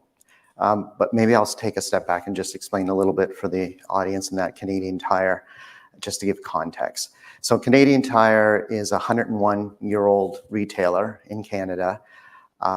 We have over 500 stores that are owned independently. Plus, we now have another 1,100 stores because we have a variety of brands as well. We have Sport Chek Marks, we have Party City Canada, and a variety of other retailers under our umbrella. We also own a bank. We were printing money for the last 45 years. It was actually printed by the Canadian Mint, the same company, the same organization that prints the Canadian currency. We moved about 6 years ago to electronic currency, but we have about probably $1 billion sitting in our e-currency bank that is available for Canadians who have saved up to use it in purchases. So we have a lot of signals, we have a lot of data. Our loyalty program itself covers about 90% of all the Canadian households. So we're in a very unique situation to really know our customer. So what we're really challenged with, though, is figuring out how do we lean into AI and take advantage of Gen AI. So there are 3 areas that we thought we could move quickly on, and they solve different parts of our business problem. One is that we want to optimize some back-end processes. And Laura, you mentioned a couple of these as well. You know, one of the areas that's really challenging is having all these people get content for our products, because we have over 1 million products in our catalog. So it's quite wide and diverse and in many different categories as well. 18% of our business is in tires, but we sell everything. If you want to think about it, we're like the old fur trading stations. Back in the 1700s, you go there and everything is there, right? And nothing really has changed over the 100 years. We have everything. We're not deep in things. We have a good, better, best policy, but we have everything, as you can imagine. And so we have challenges with product description. We have problems with imagery. And so this idea of being able to optimize that back-end process is really important. The other thing is around merchandising and campaign work, and so looking at that optimization. The second area that we are looking at as moving forward is helping in the customer support and service area. This is an area that we have a contact center like most retailers in that.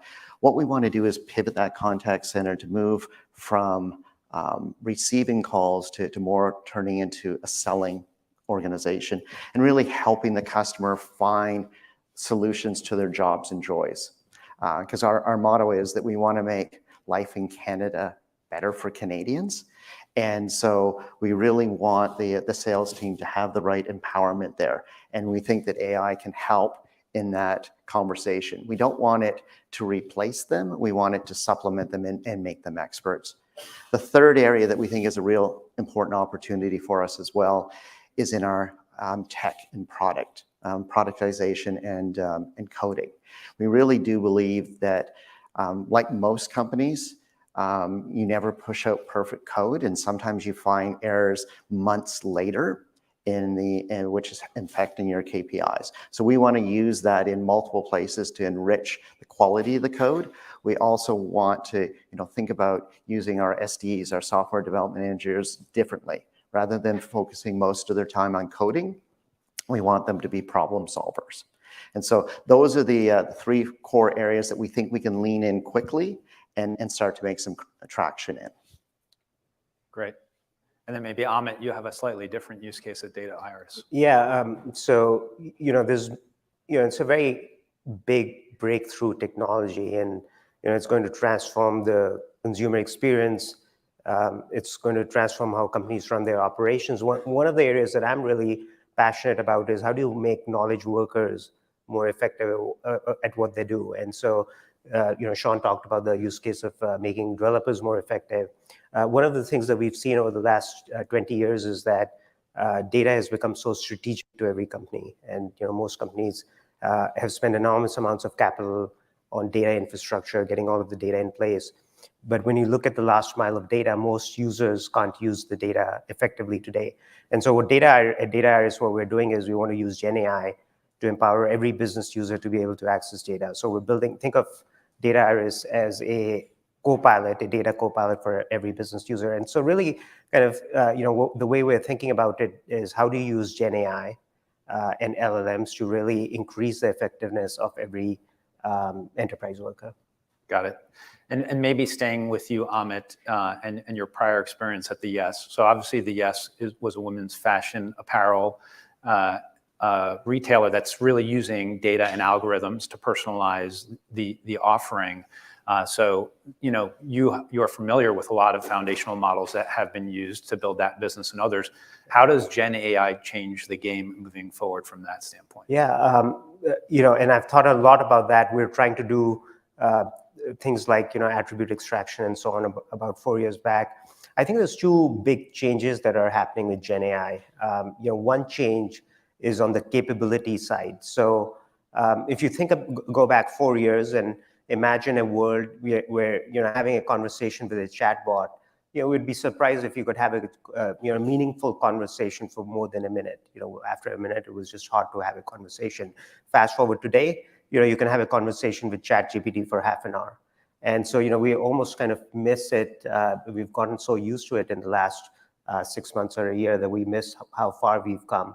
And so, just a huge improvement just in terms of the capability. Let me give a specific example. So the Yes was all about personalization. So we wanted to personalize every aspect of the consumer experience. So we wanted PDP descriptions that were personalized to the user. So if I'm looking at a shirt, it should tell me what that shirt is, but it should tell me why it's the right shirt for me.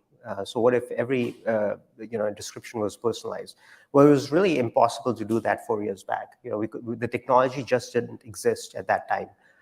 Today it does. And so that's an example where just the technology is way ahead compared to when we started the Yes. But I think there's also one other thing that's happening, which I think is even more important and maybe overlooked, which is the cost of AI is coming down drastically. And it's not coming down by 10% or 20% or 30%, it's coming down 50x. So just to give another example, we were in the fashion vertical. We mapped every product. Every product that we had about 100 attributes. So we would understand the pattern, the color, the sleeve length, the sleeve type. So we had 100 attributes for every product. We had 100 classifiers based on natural language and computer vision. And it took us, really 3 years of a very good machine learning team and millions of dollars to build that technology. Fast forward to today, you could build that technology using LLMs in 1/50th of the time. So when there is that 1/50th drop in cost of anything, it just enables new applications that we don't even think about today. You would think about building product in a very different way. If you could put machine learning and AI models in every aspect of the product you're building, you would build a very different product than you would if it took 5 engineers to build that technology. So I think this reduction in cost of AI and what I call the commoditization of AI is a big thing, and it just enables new things like clarity that was just not possible 4 years back. That's helpful. I'm curious, Lori and Sean, how do you think about cost, and have you observed similar things in your decision making in your roles? So what's interesting is, and this is something that as I talk to some other folks that are going through this transition, we recently re-platformed and moved everything into microservices and up into the digital cloud. The problem is GAAP, generally accepted accounting principles, doesn't understand the concept. And so what we've seen a lot of pressure in as we move, yes, costs are coming down in the cloud, but our cost model is shifting. We're moving from capital to operations. And operations is a really bad word in a public company because everything comes into 1 year instead of spread over multiple years. So we've been working through divots within our company, and we've been sharing with the street in that this is a hard shift to the right way. It is the right way to go to cloud computing and move off of on-prem, but we're taking a significant hit this year from EPS. And so we're needing to be creative to make sure that we don't go over on this.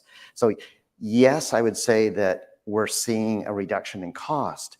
But for the companies who are now moving into the cloud, one of the things they need to recognize is the financial models will look different.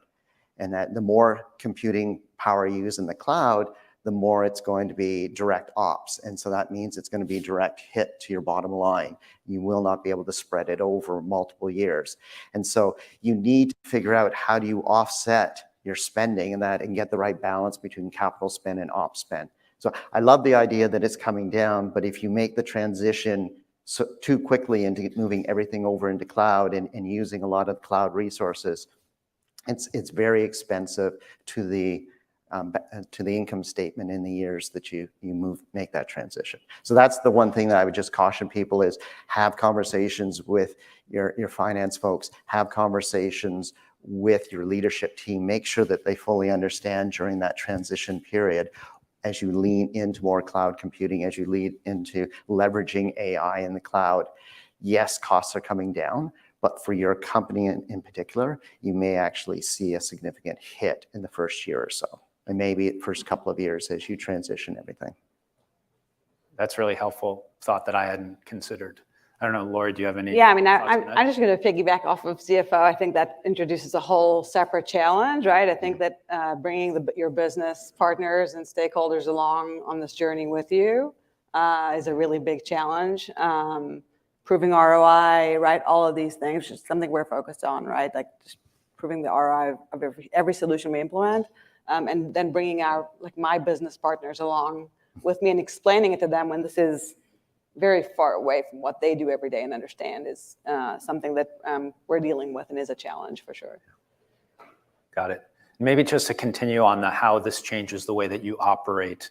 Amit, you highlighted how you used to have to build all of these models and solutions internally, which required certain talent and resources. And maybe Sean, I can start with you. How do you see your organization changing in light of generative AI and being able to both deploy it? And what skills do you need? What governance are you putting in place in order to be able to effectively leverage what has been coming? No, it's a great question. And, brand protection is critical for retailers, and a retailer that's 101 years and sort of an anchor in Canada, and that it's really important for us. And so on the governance side, what we've done is we've set up a AI responsible governance committee. So looking at responsible AI. And what we've done is we've brought in our senior leaders. So the C-suite, made them accountable for this and being part of the conversation. And it's been cross-functional as well. And it's really important for that level of commitment to be there, and for us to understand the path that we're going. Because again, we don't want to wait for regulation. We want to be in front of it. And we're sort of in Canada, the in-between. We're not as far regulated as Europe, but we're not as free and open as here in the US. And so being that sort of in the middle, we need to look at both models and then sort of play to a little bit ahead of where our government model is going. And that's really important. And we're having really good, tough conversations and trade-offs. But what we're also expecting is disruption in our organization as well. The roles that we typically did in the digital space, a lot of the repetitive tasks that our merchandisers are doing, we're now going to expect different work from them. Some of them will have the right skill sets to be able to move into this next phase. Some of them will need to be redeployed into other parts of the company. But what we really want to do is take the day-to-day repetitive tasks away from them and really have them focus on generating outcomes. Today, they spend a lot of their time generating output. And they at the end of the day, they say, oh, check the box. Yes, I produced 50 images. I enriched 150 products, and they feel really good, or they produce 5 campaigns. We need to move them away from that to really, how did you change the business today? How did you engage customers better today? And so that will be a very big change management. What we're going to be doing is starting in a small group and piloting it. Given that we have 7 stores or banners, we'll pick one of the smaller ones, and with that merchandising team, go through it and learn, fail quickly and learn.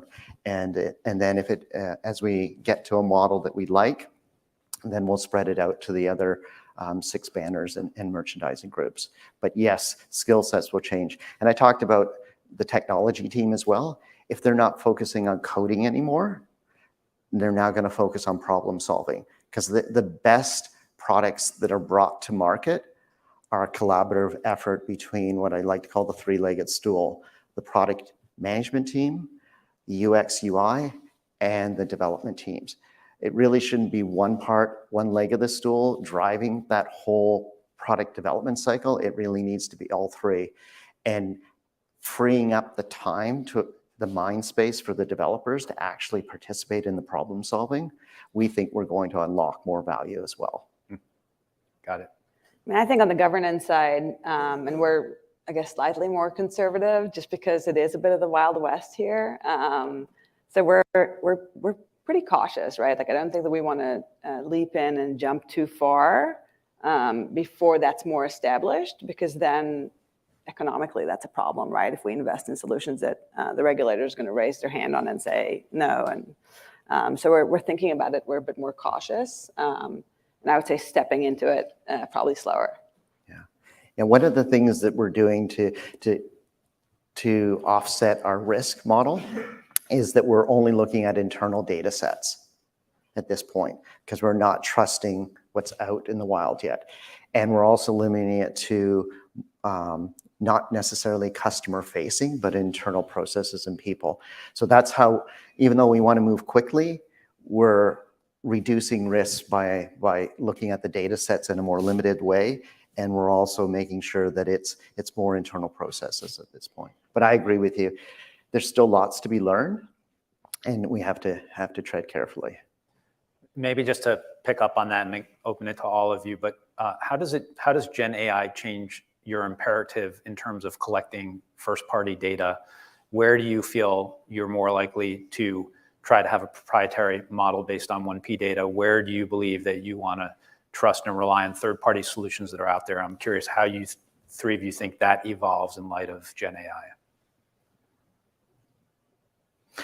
Okay, I'll jump in first. I think, as I said before, some of these internal models where we're actually building out content for the website, we really want to rely on the robust nature of our internal content and information, and not necessarily misleading customers.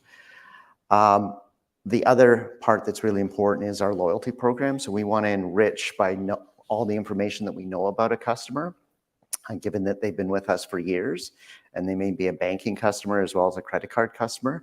So we feel comfortable about using and not really using third party, but first party data around that. As we think about third party, I think we're more open to trying it in the technology side. So as we look at code enrichment, as we look at code quality, even code writing, we feel more comfortable there. So the separation really is, if there is customer facing, we're much more likely to be 1P at this point until we gain more confidence and see where the model goes. But if we're looking at internal processes like technology coding, then we're probably more likely to be in the 3P space. Yeah, just I'm not an expert on this, but I think one thing to think about is how do the big platforms like Google and Facebook evolve in the face of Gen AI? Is Google going to look the same as it does today in 5 years? Is it going to be more of a conversational interface, and how does that change the nature of marketing? So I think a lot of how marketing evolves, in my view, depends on how these big platforms evolve over the next 5 years. First party, obviously, super important for many reasons beyond just Gen AI and the solutions for Gen AI, and obviously a focus for us. But I agree with Sean, like anything, it's not just, right, I think it's not just technology, but also like on product side, right, enrichment side, things like that. I think that there's more opportunity for third party. Great. Well, maybe just to prognosticate now. As you guys have looked at all of the developments which are coming fast and furious, what are the most exciting impacts for you personally and your business that you are expecting based on what you've seen to date? For me, I'm a technologist. I write code, and one of the most mind-blowing things about Gen AI is that you can ask it to write code, and it does a pretty good job. And as an engineer, I've always thought that writing code is one of the hardest things to do, but LLMs can do a pretty reasonable job. But that said, I think what it tells me is that this technology is really, really powerful. And we're at really early stages of figuring out how it can be used. I don't think we fully understand the potential of it. I think of it as when TV was first invented, the early use cases of TV were very superficial. You actually had a news reader on TV reading news without any visuals behind the scenes. And so, it was just an incremental improvement over what radio could offer you. And I think we're actually in that stage of generative AI. So mostly what we're doing today is that we're taking generative AI and applying it to existing workflows and existing UIs and existing use cases. And that by itself is helpful. It's, better. But I think that the real value that we will see is that when we rethink, how things are done. And I think we don't know fully how things will evolve. But I'm kind of really excited about, the potential of the technology. I mean, I think like Neil said it really well yesterday, right? I think that the curtains have just opened on Act One. I think that's 100% true for everybody in this room. But I think for our customers, they're like just walking into the theater, right? And at a relatively slow pace. So I think a lot more to come, a lot more to evolve. I am super excited about what Gen AI is going to do to user experience, right? Imagery, text, clarity, all of these solutions, I think it's going to completely revolutionize customer experience. No, I agree. I'm really excited that I think this is an inflection point, and we've had a couple of these over the last 30 or 40 years and that, but I really do think that it's going to be an important game changer. The main thing that I see is democratization of being able to do things where we only had a small segment of the population that could do things in the past. And what I mean is, in the past, for AI to take advantage of it, we needed a lot of data scientists. We needed really smart people that knew all the mathematical algorithms. Now what we need is people in that who understand how to communicate clearly and effectively with customers, as well as understand from prompting the AI engine. And so that really unlocks what I think is this vision that we've had for almost 20 years now, which is one-to-one personalization. One of the stumbling blocks, yes, we've talked about is data and customer data. But I think the major stumbling block was the ability to create sufficient content to support all these scenarios.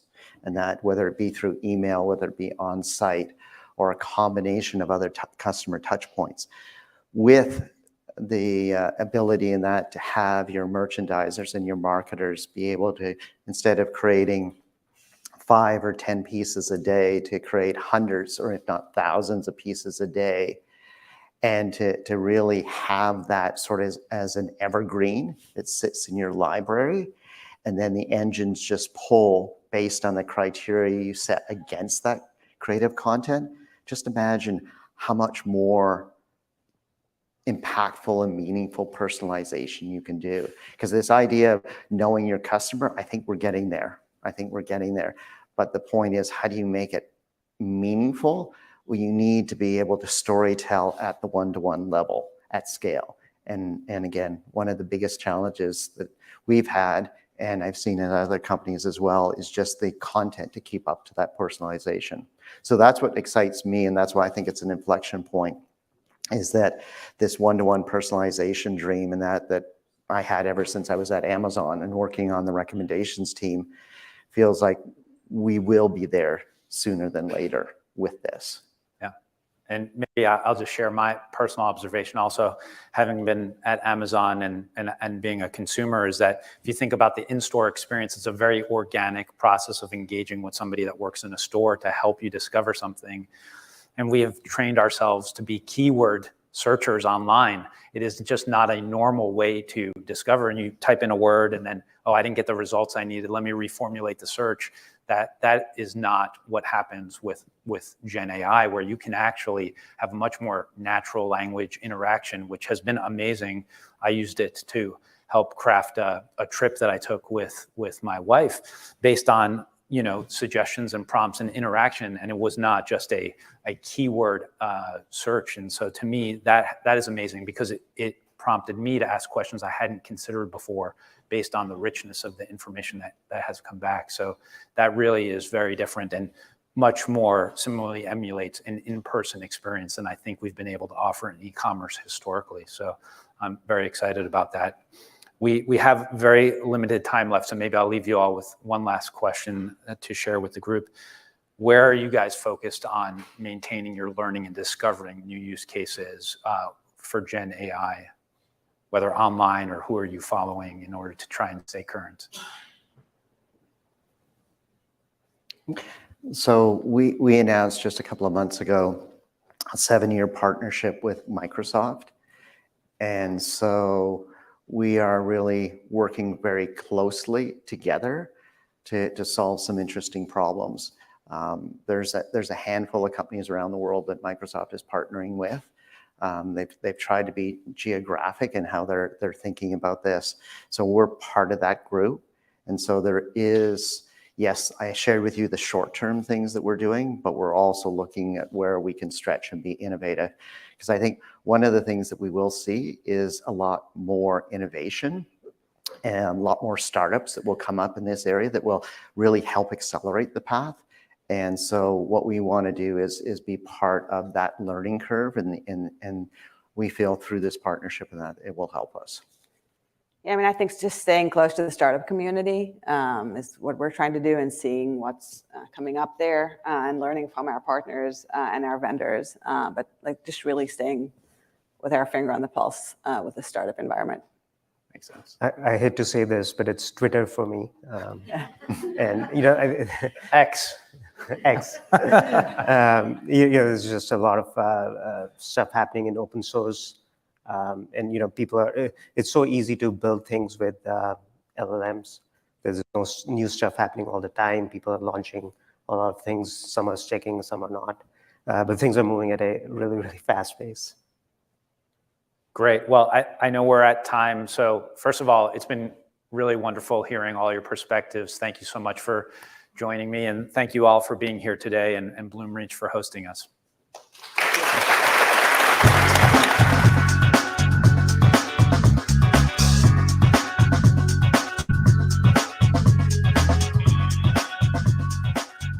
Thank you, panelists. That was fantastic. I think one of the other resources you use is Bloomreach to stay up to date on things, or will be after this for sure.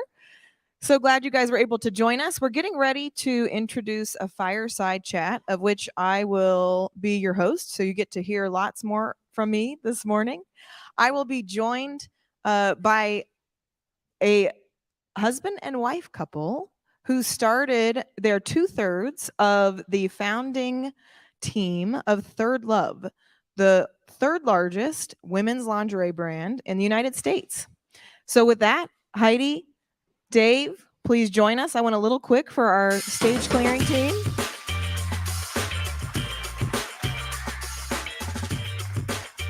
Apologies. Trying to get us back on time. No problem. Thank you for joining us. So glad you guys are here. Great to be here. And such a fun couple to know. So talk to us about why you started Third Love. What was going on? Absolutely. And before we get started, I want to say thank you to Bloomreach, because this has been an amazing conference. And I know a lot of work's gone into this. Great content. And before we get started, I also want to ask, how many people in the audience know Third Love? Raise your hand. All right. So we're doing well with that. I won't ask how many customers we have, or maybe I should. How many customers? We have a lot of men in the audience. But okay, this isn't bad. good. But work to do. There's always work to do. So we started Third Love about 10 years ago. We are a digital-first intimate apparel brand, and we're approaching $1 billion in sales, in lifetime sales. So that's sort of what we've been doing over the past decade. But going back to 2012, I was at Google at the time and went on a bra shopping excursion. And I did what I had done basically my whole adult life since I was a teenager, which was I went to a Victoria's Secret store. And keep in mind, in 2012, direct-to-consumer, D2C, did not exist. I mean, there were a few nascent brands. Warby Parker had just launched. So went to a Victoria's Secret store, did what I normally did, was generally avoid the 16-year-old sales associates with the measuring tapes around their neck, zip around them, grab some bras, go into the fitting room, try them on. I never really found a bra that fit. That's, TMI, but I'm a half cup. So, I was wearing a bra that was either slightly too big or too small, kind of the Goldilocks situation. And so tried to get out of there as fast as possible. The pink velour, the smells, like everything about it was terrible. And I was like, why? And I walked out of there that day and I said, why am I spending money here? Why am I doing this to myself as an adult woman? And I came home, and that day I was doing research online. Like, there's got to be a better bra brand. Like, why can't I buy a bra online? And there were none. Actually, this is crazy. There were no online bra brands in 2012. I mean, different landscape today. So anyway, and then Dave, who was at a VC firm at the time and working with a lot of e-com companies, I came home and I said to him, I have the idea. Here's my idea. A bra brand, an online bra brand. And he looked at me with like a blank stare on his face. And I'm like, no, listen, here, all the reasons why. Victoria's Secret has 40% market share. They're so antiquated, and we could really just disrupt this market. And then I remember saying to him, how hard could it be to create a great fitting bra and sell it online? Like, literally, I'm like, couldn't be that hard. Like, we can do this. Anyway, so that was the founding story. Okay. And Dave, I'm assuming you did not have a half cup problem. I didn't have that problem. Okay. But and let me also first say, I'm sorry that I didn't wear green today. Yeah. I made the mistake, so I apologize for that. But yeah, I did not have any of those issues, and I couldn't empathize with the problem. But I was spending a lot of time looking at e-commerce and digitally native businesses, and there was clearly this groundswell of interest in consumers shifting spending, and it was showing in the data from retail to online spend. And it was obvious that if you're going to go after a category, go after one with very high loyalty, very high repeat, and really good gross margins. And the gross margins part is an important part of sort of building an e-commerce business, because you have to have a lot of money left over to deal with returns and to deal with marketing. And this was a category where if you could crack the supply chain, and Heidi alluded to this, it was quite clear that you could have very substantial margins to be able to work with. And that really is the only way to sustainably, from a financial point of view, build a direct-to-consumer online business. Yeah, that's fantastic. And you guys have both talked about technology and your tech backgrounds. And a lot of times when I've heard interviews related to Third Love and you talk about D2C, I think you even said a technology first company. Mm-hmm. Are you a technology company with a retail product, or do you have a retail product and you just really like technology?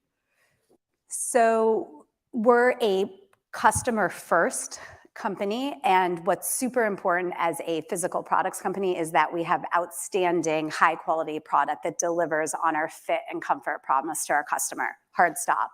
Because without that, no amount of technology, no amount of marketing will create customer loyalty. The customer loyalty Dave just talked about comes from creating something that's highly differentiated and that solves customers' problems. That being said, when we started the company, we knew that technology had to be at the core of what we did, and we had to do something different. In the early days of raising money, we got a lot of questions from VCs who were like, why would women buy a bra online? Women can barely find their size in a store. So what are you gonna do? So at the core, from the very, very early days, technology was hugely important. We started with an app that let a woman size herself. We switched to our fitting room over time. So we're both. So my answer. Well, and I would say too, I think the big insight for us in the early days, especially for this category, but really for any category, and obviously all of us have sort of oscillated between, do we go into a store to buy something or do we shop from home? But then you've got to deal with the return and packing it back up and taking it to the store.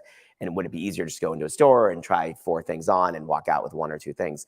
And so the big thing for us, especially in this category, which was very fit driven, was how do we bridge the gap between retail and at home so that you can comfortably shop from the security of your house, and do it with high assurance that you get something that fit. And so we developed something called Fit Finder, which today has been used by 20 million people.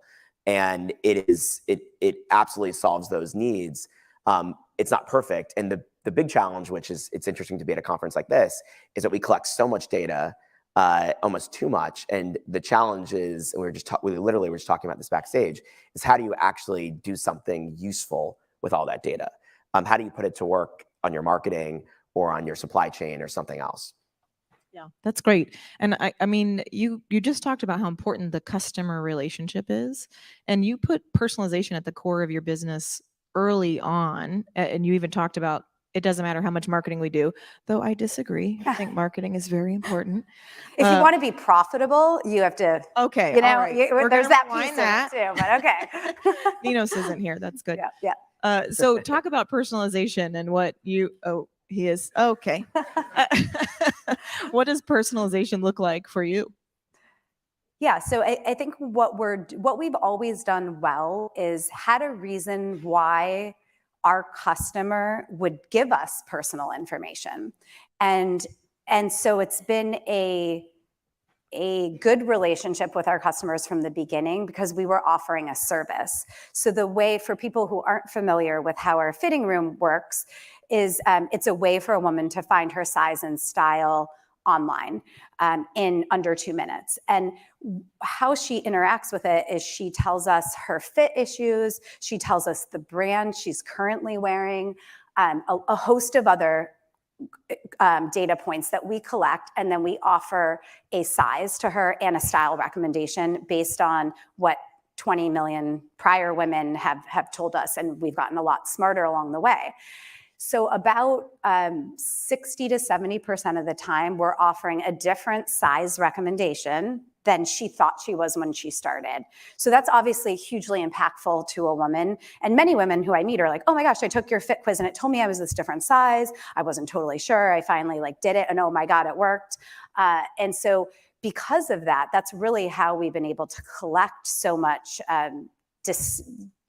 important customer data. How we use it well, I would say, is through CRM and email. Probably today, there's a massive opportunity for what we should, as Dave alluded to, should be doing with it across platforms that we have not gotten to yet. I know a company that can help there. Huh. And Dave, what Oh, I was distracted. Sorry, man. checking out the logos. What is personalization? You talked about returns and profitability. Where does personalization fall into that story? I mean, we've been on this journey of personalization since we started the company. It was literally one of the 3 core tenets of why we started Third Love. And so, and again, this was the category to have a personalized experience in, right? And by the way, that was also, which is a huge moat and a big reason why there's a number of large companies out there. And so we saw the fact that if we could bridge that gap and get over that personalization and great product and some other things, we could get over those hurdles. There'd be a big moat around our business for competitors. But for the company today, it really is around creating a highly personalized site experience to the best that we can, using all first-party data that we collect from our site, using Fit Finder and other things, and then delivering on an experience that obviously, when you open the box and other things, is as personalized as you can get it while still being profitable. And we can't do a ton of things at our warehouse to make it personalized and right. We used to do handwritten cards and stuff like that, but we can't do stuff like that anymore. At the end of the day, the more personalized it is, the more it feels like a retail experience, the more you'll want to shop with us online and not want to go into a retailer of some sort. To Third Love today, by the way, we keep talking about we have 9 stores, but it is a very small part of our overall business. And so the business has always been very technology focused and led, starting with an online experience, because as Heidi said at the beginning, it all started with this core frustration of not wanting to go into a fitting room with a stranger and get measured.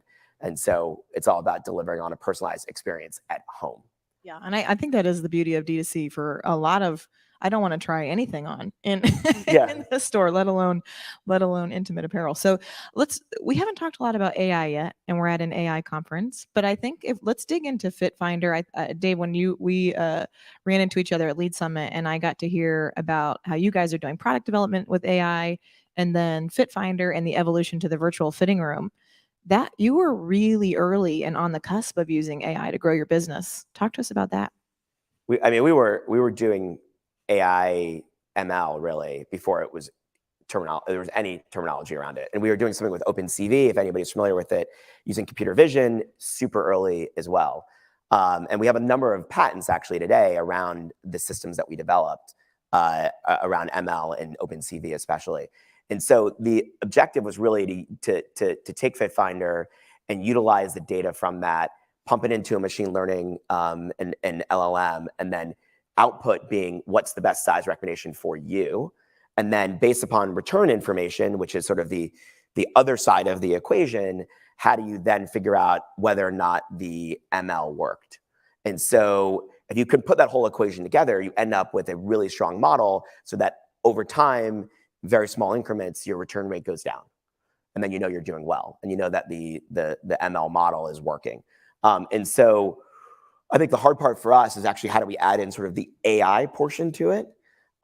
Because today it's really just machine learning based on our own data set. And it's not really a lot of technically AI of what we're doing.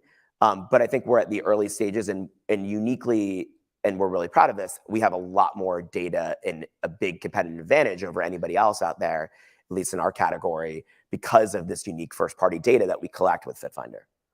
And Heidi, when you were talking about the customer experience, where do you think AI and customer experience come together? I think, well, we talk about one of our values at Third Love is put our customers first, right? It's I say our fifth value, but our most important. So when we're making decisions at Third Love, if everything, if there's no other lens we go through, it's really about how do we make the right and best decision for our customer, because I think that will lead us to the right place in terms of decision making. It's really a customer first mentality across every touch point that we have with her. And I don't think we do it as well as we should right now, but I can see a world where we inherently understand her distinct fit issues, where we know she's going, because we're smart enough to have this huge data set of over 5 million customers, and we should be using that in how we think about both our new and our current customers and their journey with us. So all of lifecycle marketing really should be wrapped around using the data we have to predict, right, and be very clear about not pinging someone at the wrong time. As I like to say, with bras in particular, like we're not a fashion company, right? We're not dropping new products every day of the week. And a woman isn't looking to buy a bra every day. Meaning, if I target you 365 days of the year, sure, 1 or 2 of those days, you're gonna be looking to buy bras and underwear, but I'm just wasting money. Mm-hmm. So how do we think about what are those moments in time in the journey? When should we be more at the forefront? And then with what? With what product, right? And so if we could get there, the world would be very different. So that's my vision. Sounds fantastic. Yeah. Well, I think all of us, as we talk about what's happening with AI and the challenges that we're seeing and how we think about re-engineering or rethinking our businesses, you all rethought an industry. And I think one of the things that I've really loved about Third Love is the inclusivity of different shapes. Women of all sizes. That was one of your very early campaigns. Can you talk a bit about why that was so important?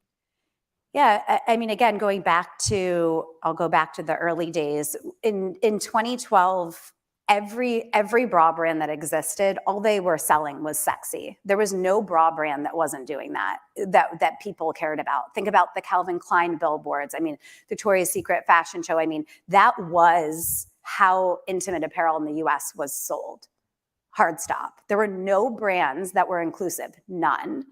When we did our first photo shoot, I remember the photographer, because this is how it works, they're like, what brand in the space do you aspire to be like? Because we were brand new and we were like, none of them. We don't want to look like any intimate apparel brand. And he was sort of like, well, what am I supposed to do with this? And we're like, we want to have like models of different sizes, and we don't want women pillow fighting, in the shoot, like just basics. And, it was hard. I mean, it was actually hard to even find models who weren't like 34B and, 100 pounds and all this stuff. I mean, you really had to seek it out. I mean, the world has changed dramatically. If you are not inclusive today, like you are not relevant, right? But that wasn't the case. So it was always really important to us to have that inclusivity. And I think something else that we were talking about earlier was this idea of how do you build a brand that customers love and can relate to? It's by making them feel that they're part of your brand and that they're not alone. And I think women with their breasts and bra shopping oftentimes are like, oh, and I hear this from women, oh, it's just me. Oh, I just have a weird body. Oh, et cetera. And it's always about them and their problem. And I'm like, it's not your problem. It's the brand's problem. Like it's because someone hasn't created something great for you, or it's because you've been told you're the size and you're not. And so our breast shapes and some of the other things that we have sort of destigmatized this idea that, it's the woman. It's not us. It's what was created for us. So I think from the very early days, it was really about trying to flip that script, which I think we've done a really good job of. And the industry has obviously gotten their act together. Yeah, that has been absolutely outstanding. Even just to watch from my personal perspective is how much that has changed. And absolutely, you're right that inclusivity and making sure that we welcome all shapes and sizes has become the marketing campaign of all brands. And so you guys really led the revolution to say, hey, let's not define what this should look like for everyone. You created transformation in your businesses. And so what is that going to look like? What is that leadership going to look like with the transformation we're experiencing now from a technology perspective? Well, I think one of the things that is going to be really important in the future is really AI-driven ads. Because today, and Amanda and I talked about this actually at the Edge Summit, I'm on the board of the Interactive Advertising Bureau, IAB, and we're sort of, I don't even know if we're at stage one of like, we're not even on first base of advertising. I mean, advertising is so dumb pretty much, right? We're all like, oh, okay, oh, I'm a woman and let me target, and this is what we do today. Let me target you with bras. Okay. I mean, obviously what we do is more complicated, but it's not much more than that today. And we talk about AI in the advertising space. We haven't really progressed particularly far, unfortunately. I would hope that we'd be further along by now. Do we really need open AI to all of a sudden get this industry in order? And Bloomreach now has an AI conference and all these other things that are now happening as a result of AI when it wasn't even a term a year ago. I would have liked to think not. We had all the same data sets before. We had basic LLMs. So it's not entirely clear. And what we really should be moving towards is real intent-driven ads. And actually the use case of ThirdLove in this category, and I've talked about this on the board a little bit, is a really good one. 50% of the population more or less wears a bra. Okay, well, that's a big market for ThirdLove to go after. We would spend $1 billion on ads and really not generate much in a ROAS whatsoever, if that's what we targeted. And what we should really be going after, even for everybody that is in our demo, whatever that means, and obviously every company is still learning. That's why I said that about what that means and hopefully expanding their demo. But we need to go after is when people are actually looking to buy a bra. And the intent-driven aspect of it, just because we hit you with an Instagram ad recently, doesn't mean you're ready to buy a bra from us. And so what we need to figure out is how to actually bridge the gap, because what consumers want, we're all comfortable now with ads because we're not going to be paying for these services like Google and Facebook. So we know that it's driven on advertising, but we want ads that are actually not just relevant to us, but where we're ready and we have an intention, a true intention to buy something. And I think that's the hard part that we need to get over. And God forbid, because everyone's going to blow a lot of money on advertising in the next 5 years, things change in the ad world, and we actually use all this data that all of our companies have to actually drive real and useful ads for the industry. Yeah, that would be fantastic. So what opportunities outside of again, one of the things that you guys were talking about was product development. What are the opportunities that you see in-house related to the use of AI? Yeah, so we use a lot of the feedback we get from the fitting room to think about new product development, right? So because we're getting a lot of data on what customers are telling us their problems are, we're really feeding that back. We also have a lot of data, of course, from product reviews, and in particular, negative product reviews at least I believe, for your own company can really tell you something about where the opportunities are to either make a product better or introduce a different product that's not solving a need that a customer bought your product and it's just not solving. And then I think you can also layer on top customer feedback from your customer service teams. Now, a lot of that's unstructured data. So really thinking about how would all of that come together in a way that is digestible and actionable for the product team. I mean, we do it to some extent, but it's definitely not perfect today, but a ton of opportunity. And then for us, it's really size. So we have 60 sizes of bras, 65 technically.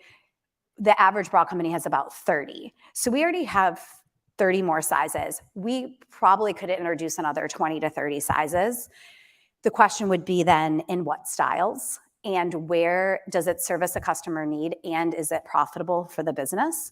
And that's something that actually we've really struggled with as an executive team to even be able to answer. So I think there's some just much more complicated questions about the product roadmap that could be driven by the data set that we actually already have.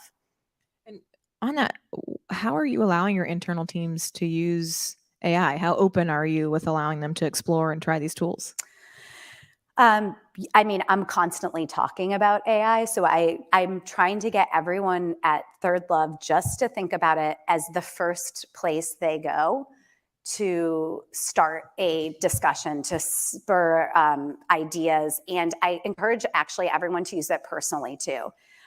Because I just think, generally speaking, people are not trained to start with AI as the place of any kind of decision-making or discussion. So, I mean, we're at a nascent stage with a lot of the team. Some parts of our company, like our digital marketing, I think are further along, but I think everyone needs to be using it. So we're pretty open with just getting comfortable using AI, but we're at the beginning of the journey. Yeah. Dave, you have anything to add there? Nothing to add. That's where it's really early stages for our company. I think we're at the same stage as most companies where we're still learning about how to actually utilize these powerful tools in a meaningful, useful way. Well, I think what you guys are doing is absolutely fantastic. I do love your ads, even though we said let's do less ads, and very much love the ethos of the company, and very thankful to have you guys here today. Thanks for having us. Heidi and It's Dave, a lot of fun. Thank you so much.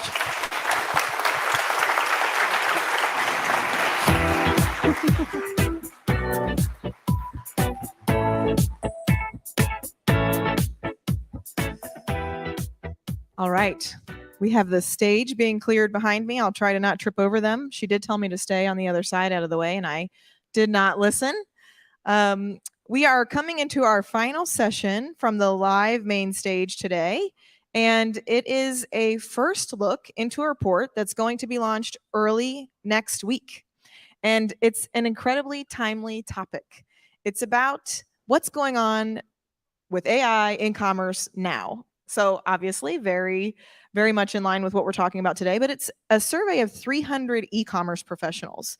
So it's a lot about how are we actually going to see this impact the digital world around us. And while the answers may feel very similar to the discussions and topics that we've had today, I think what we're going to find when we see the executive summary of this data is how far we have to go, because we've really been talking about how do we use data from a customer experience perspective. We launched Clarity, where it's talking about conversations, but the practitioners who today are using AI and thinking about AI in their businesses are quite far from that reality. So with that, I would like to welcome Philip Jackson and Brian Lange, the co-founders of Future Commerce. Future Commerce is a retail media research group that creates content for modern brand marketers to help shape the future of their retail and direct-to-consumer businesses. And my friends. Hi, guys. Hey, thank you so much. So glad to have you so much. Well, hey, everybody. I am really excited to give you a preview into our latest piece of research from Future Commerce and the state of Gen AI in commerce. And I think probably it's easiest to level set a little bit about who we are and what we examine at Future Commerce. Of course, if you do want to dig any further into Future Commerce and all things that are around the next corner, futurecommerce.com. And Future Commerce is a media company focused on the intersection of culture and commerce. And we do this because there's a lot of content out there about how to do things, but there's not a lot out there about why people purchase what they purchase, and the psychology and the philosophy and the relationships that go into that. And at Future Commerce, we believe the future of commerce is people-driven. So we have a number of different properties that you can explore ideas about what's next in commerce through that lens. 6 podcasts, 3 newsletters a week, multiple reports and events, and cross-media platform type experiences that you can engage with, futurecommerce.com. We're super excited to be here today, and thank you so much to Bloomreach for putting this on. I'm just thinking about this event, and if the medium is the message, and it is, I think about the setting that we're in and the people that we're with and the people that are on the other side of the camera. It's a blend of physical and digital and of interesting ideas being brought to all of you for conversation, and the conversations were incredible. And so for me, if anything comes away from this, the message I'm getting from this medium is that AI is actually empowering people to come together and make us more of who we actually are. So we have lots to talk about today. The report that we just are about to release with Bloomreach, lots of insights in there. I'm going to hand over to Phil to talk a little bit about that. Yeah, and this is a preview. You get a first look at this. If you want to get the full download, we'll give you the link here at the end. And there's a lot of text on slides, and I learned in slide presenting school never to read from the slides. But in all AI sort of fashion, we basically decided to get this data to you sooner rather than later. We set out to answer a number of questions. First of all, the big topic, what's going on in AI in commerce today? Now, we see a number of reports in the industry about AI in tech, AI in healthcare, AI in finance, but AI in commerce, and specifically in e-commerce as a profession, is something that's been glossed over. This is the very first AI in commerce in-depth report, and it covers a cross-section of professionals in e-commerce, direct-to-consumer, marketplace, and retail professionals whose primary operation is delivering digital experiences to a customer online, and that they have to have day-to-day hands-on-the-wheel operation in that business to be able to be qualified for this report. It comes out of our audience at Future Commerce, which is a global audience of 50,000 executives who want to see around the next corner. Those executives, again, are in the work of e-commerce every single day. We feel like right now the conversation in our ecosystem is really focused on Black Friday, Cyber Monday. But getting our heads up a little bit and seeing out into the future, this will be the first Black Friday, Cyber Monday where we're piloting a lot of content and creative with AI. I want to know what they're using right now and what their plans are around the creation of job roles and the changing nature of their business. And so that's what we set out to explore here. Let's dive in a little bit. So when we conducted the survey, we actually found some really, really interesting themes emerge. So the first that we found was that people are embracing AI. And I think, shocker, by mere fact of this conference, we can all see that this is happening. There's everyone you talk to, whether it be your in-laws or your friend from high school, everyone's interested in ChatGPT and what generative AI can do. But it's not just friends and family that are playing around with it. It's everyone in business too. And we're going to get a little bit deeper into that in just a second. The second is omnipresence. So not only is everyone talking about it, it's actually actively being used. And in your roles, in fact, a lot of you are already using it, and that's probably why you're here. You might not be using it in an authorized way, but you're definitely using it. Philip? And the other part is that it has real utility. There are a number of tools that we're using. They're constrained to a couple big logos or recognizable names, but it has real utility and it's driving real value today. So we'll get into that a little bit. What we are seeing, though, is that it's generating a lot of productivity. So you can spend more time arguing on Twitter, and that's what we all really want. No, really, the productivity is actually generating a lot of opportunity to do things in your business that you usually scrape and cut corners on. And we'll get into that in just a moment here too. And lastly, we're seeing a lot of the skepticism move into optimism. The skepticism really is, what can this do for my business? The optimism, which I heard in the conversation house that I was part of yesterday, the optimism is, what can't it do? So really the optimism is, how can we put a line around how we use something so that we have repeatable results and we can put it to work in our business so that we can solve some problems and then move on to other problems that we haven't gotten around to just yet. Let's break it down a little bit, and lots of reading. Maybe you can have ChatGPT summarize this for you a little bit later on. But let's get into it, because I think it's really important to get into some of the data. Around embracing AI, 3 out of 4 in the past year have been paying attention to it. That probably means the other 1 person was already paying attention to it before that. Pretty much 100% of people are paying attention to AI. It's just a lot more people are than were before. And attitudes have really shifted since last year. We're talking about ChatGPT being released in late last year. We're talking we're less than a year out from its release. And we're already seeing people being more curious about it. They're optimistic, they're excited, and they're less skeptical. What does this mean? Well, they're ready to use it. So and you might say, duh. I think the embrace is really important to look at here, because if you think about other technologies, especially ones that were overhyped, I have a lot of monkey picture NFTs, sadly. But you look at other technologies that have been hyped in our industry. In reality, the embrace here is pretty universal. And that's where this trend of omnipresence sort of comes in. Exactly. 91% of our respondents are actively using ChatGPT or some other kind of Gen AI in their day-to-day work, which is wild. If you don't have policies around how to use Gen AI, people are just going to use it. If you do have policies around it, that's great. What I think the takeaway here is, people are going to use it no matter what. In fact, not only are people going to use it, if you think about the education system and how people are going through school right now, and how my kids are interacting with the internet right now, the next generation of people coming up through your business are actively using AI. There's no way to escape it. You should not wait. This is the takeaway.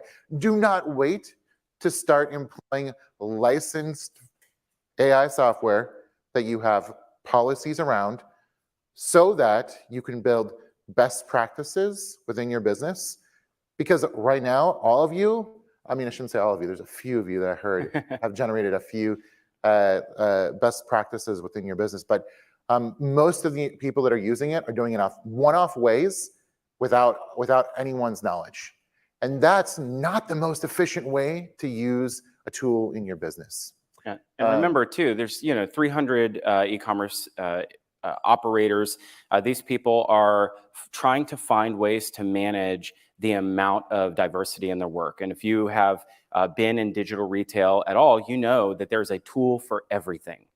And what we've found in talking to these operators is that, having a tool that's sort of a common interface that allows you to accomplish a lot, this becomes sort of a connective tissue between the disparate pieces of software, so you can accomplish a lot in one place. And that goes back to this idea of shadow use, Brian. Right? Exactly. Right. Yeah. And the other thing that's super exciting, and again, we had a range of different types of roles that took this survey, but 2 out of 3 expect increases in budget for AI this coming year. This is exciting because Bloomreach just introduced a couple of tools to spend money on, and they're going to be phenomenal. So I think that the opportunity here is to look out ahead and say what's available to you, and then start to make some smart investments. Yeah, and just to build on that point too, what's better, the tool you already have that gets better, or the tool that you have to go acquire, adopt, train, and build new processes around?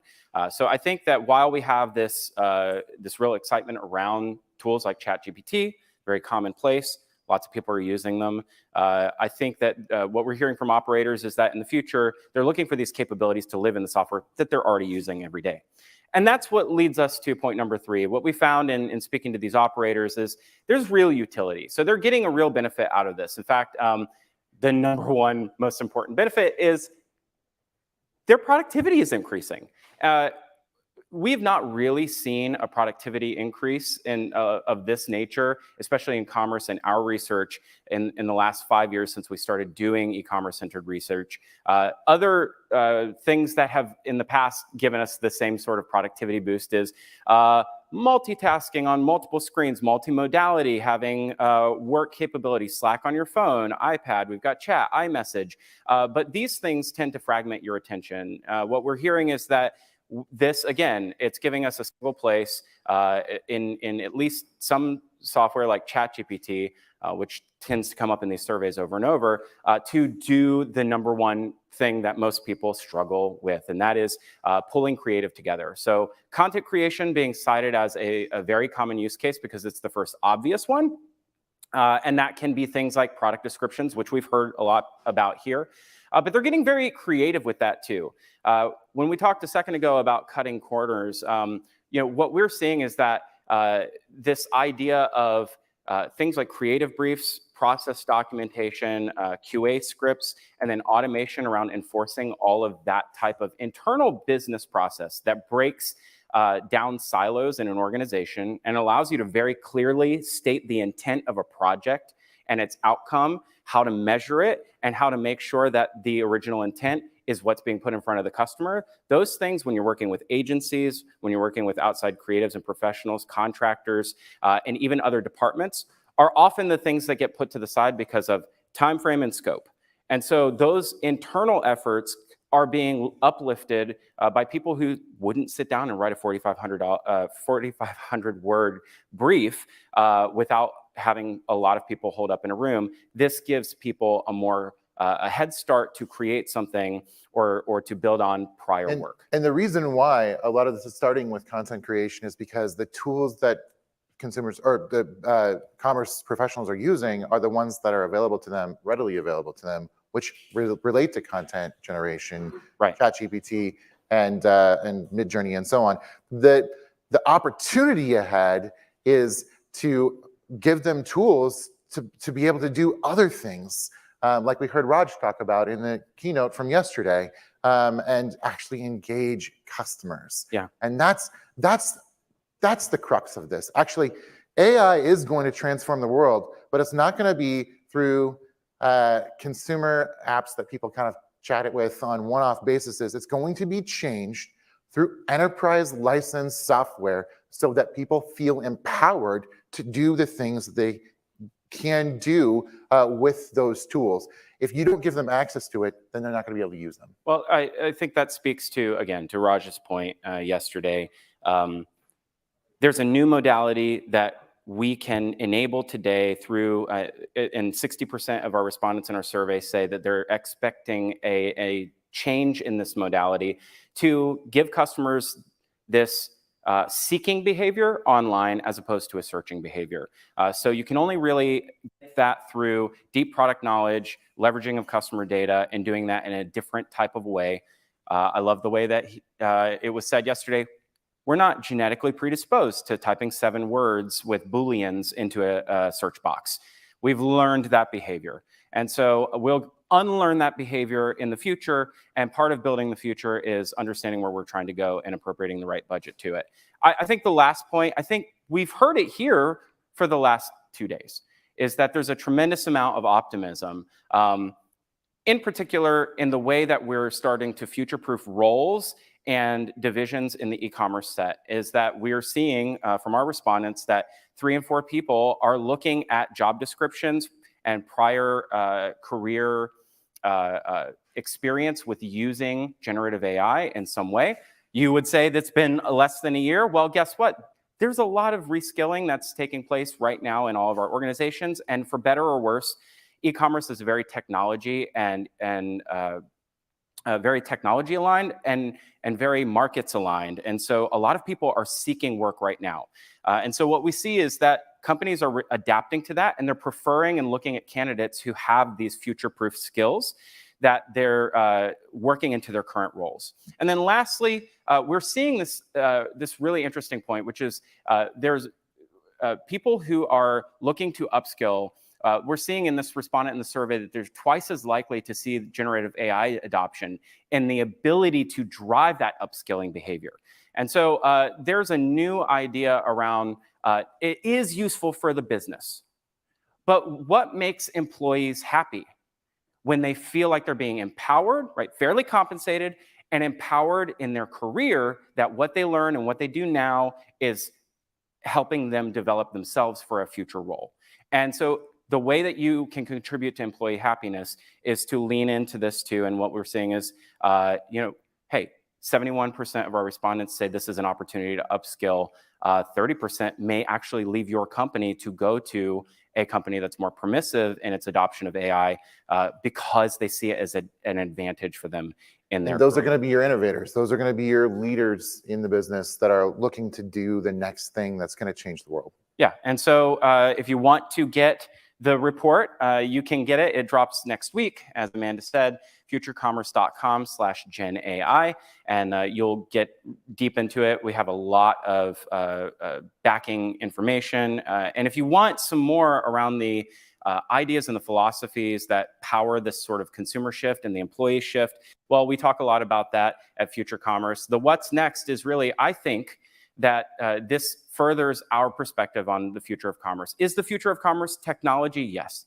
But I believe that the way that cultures adapt commerce to their own context is the future of commerce. Is live stream the future of commerce? Probably, especially if you're in Asia. Is live stream the future of commerce in the United States? I'm not sure. So we may not see every single area of the e-commerce ecosystem adopt generative AI in the same way, but we can all agree, and we found through hard research now, that it is going to transform the way that all of us do business, and we're really excited about that for the future. This has been amazing. Thank you so much to Bloomreach for helping us with this report, and we'd love to give it to you next week. Thank you so much.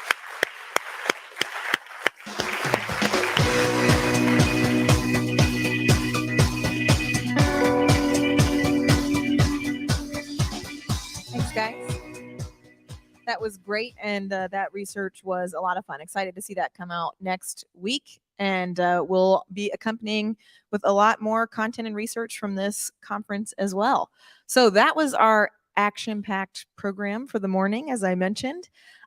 Before we close out for the day, I did want to call out some quotes from the discussions, from the conversation houses, especially for our digital audience that was not able to be there. One quote was, "We need to create a space where we can fail." Another quote I really liked was, "There's a general fear that we're missing the narrow window to get on the boat when it comes to AI. We don't even need to be at the front of the boat. We just need to be on it."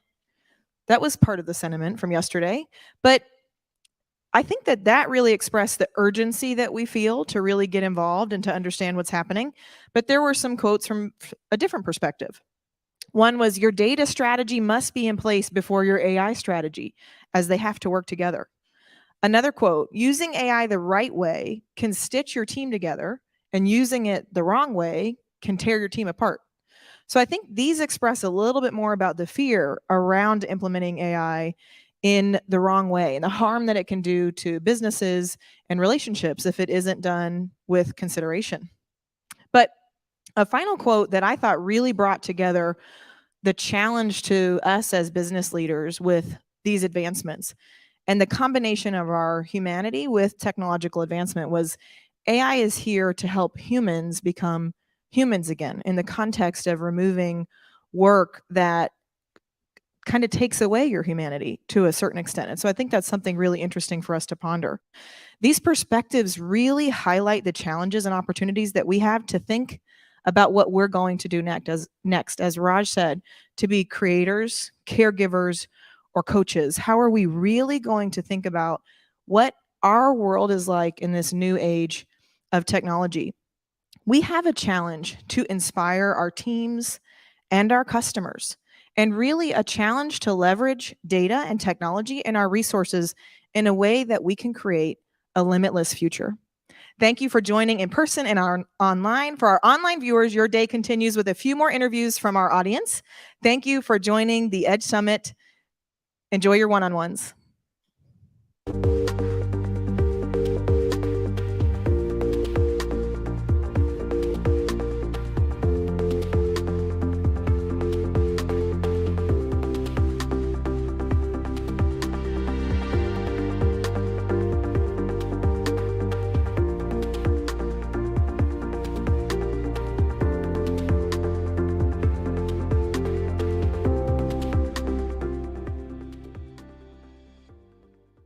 We're a full-stack e-commerce agency with a goal of helping brands build, grow, and scale their e-commerce businesses.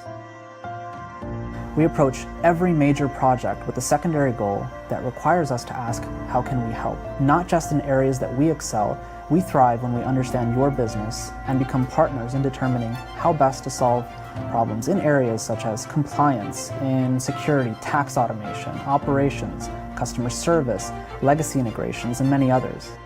We support our clients pre and post launch and are available on demand by being an extension of our clients' team. We look forward to helping you along your e-commerce journey.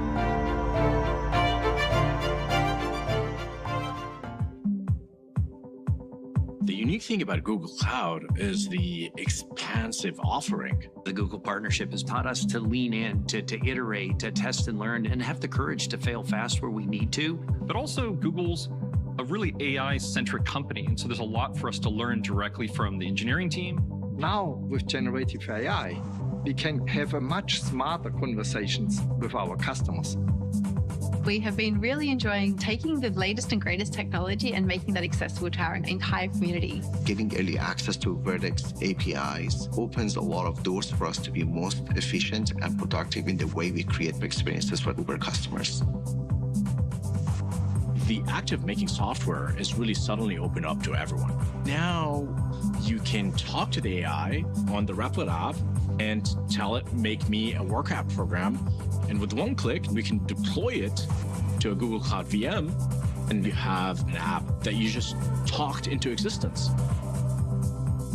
We have an extraordinarily exciting feature in the pipeline. It's called Magic Video, and it enables you to take your videos and images and with just a couple of clicks turn that into a cohesive story. It is powered by Google's Palm technology, and it truly empowers everyone to be able to create a video with absolute ease. Folks come to a Wendy's, and a lot of times they use some of our acronyms. The Junior Bacon Cheeseburger, they'll come in and give me a JBC. You know, we need to understand what that really means, and Voice AI can help make sure that order is accurate every single time. Generative AI can be incorporated in all the business processes Deutsche Bank is running. The partnership with Google has inspired us to leverage technology to truly transform the whole restaurant experience. There is no limitations. There's no other way to describe it. We're just living in the future.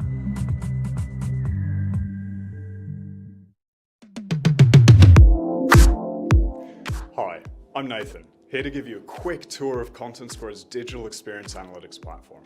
One of the best ways we bring the data to life is through Content Square Live, a Chrome extension designed with business users in mind. You can obtain new insight into user intent through our other proprietary metrics, such as time before first click, hesitation times, exposure rates, and so many more. Step into our error analysis module. Immediately, you're able to see which errors are occurring the most frequently on the site, whether that's JavaScript, API, or a text-based error. Once we've identified an error that needs addressing, you can quickly link into our anonymous session replays, furthering our understanding of the problem. Impacts quantification allows you to select any error or frustration in the event stream and immediately understand if it's an outlier or if it's a wide sweeping issue. Automatic Insights is driven by advanced artificial intelligence and automatically prioritizes all experiences on the site with an opportunity report. We'd love to show you more, so do get in touch so we can help you transform your approach to digital. Thank you.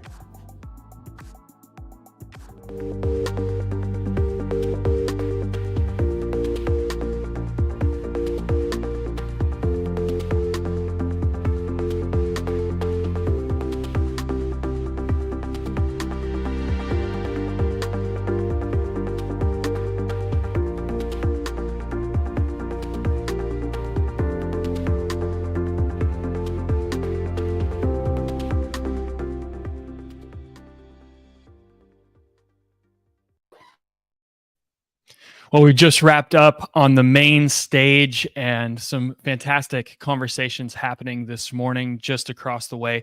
We're back in here in the Bell Suite just for a few more fascinating conversations. Want to remind everyone at the end of the last session, we mentioned a report that you'll be able to get over the next week, futurecommerce.com/GenAI to get that report. You can also visit the Bloomreach website everything that we've been seeing over the course of the last 2 days is going to be on demand and available for you to watch, maybe for the first time if you missed a session, or rewatch, because there's just been fantastic content throughout the past 2 days. We're in for a treat.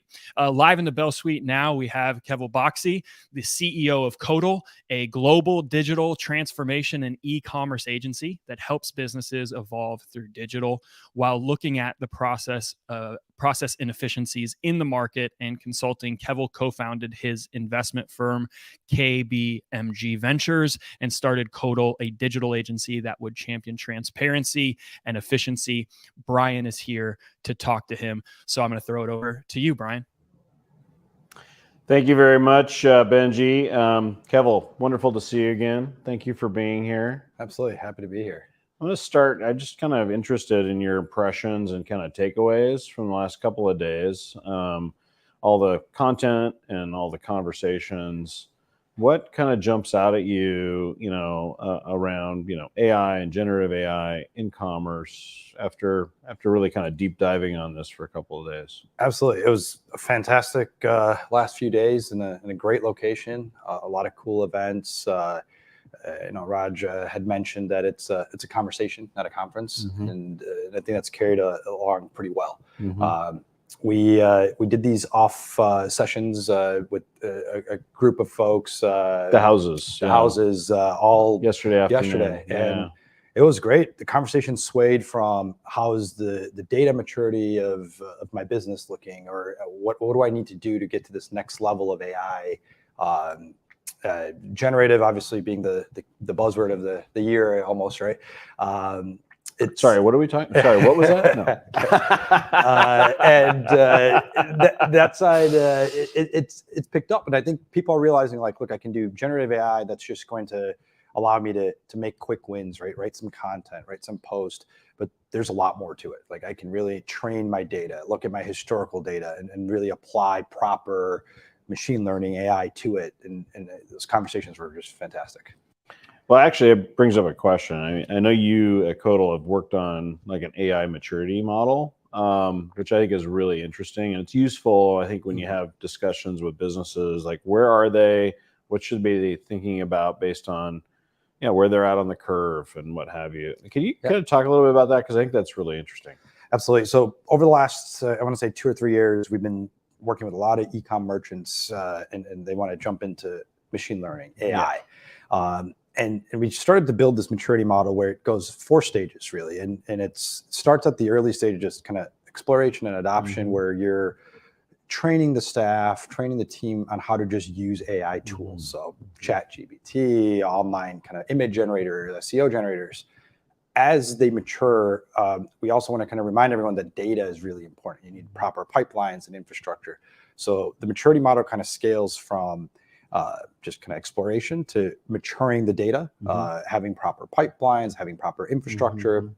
And then it gets into cleaning, normalizing, synthesizing data. Yeah. How do you weight historical data, right? We know brands might have 50 years of data, but you can't really use something that happened in 99 to tell you how it's going to affect a buying journey tomorrow, right? So there's relevancy ratings and weighting on that.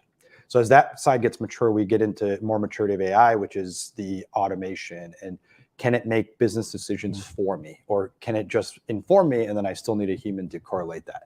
So eventually the 4th level is automation, and organizations we've seen got to automation in certain areas, certain departments, and then still are pretty lightweight on the other departments. So kind of had a bunch of conversations with a lot of different executives around different industries in the houses yesterday. And it's very interesting to see where some are really mature on data, not really AI. Some are kind of starting on both journeys.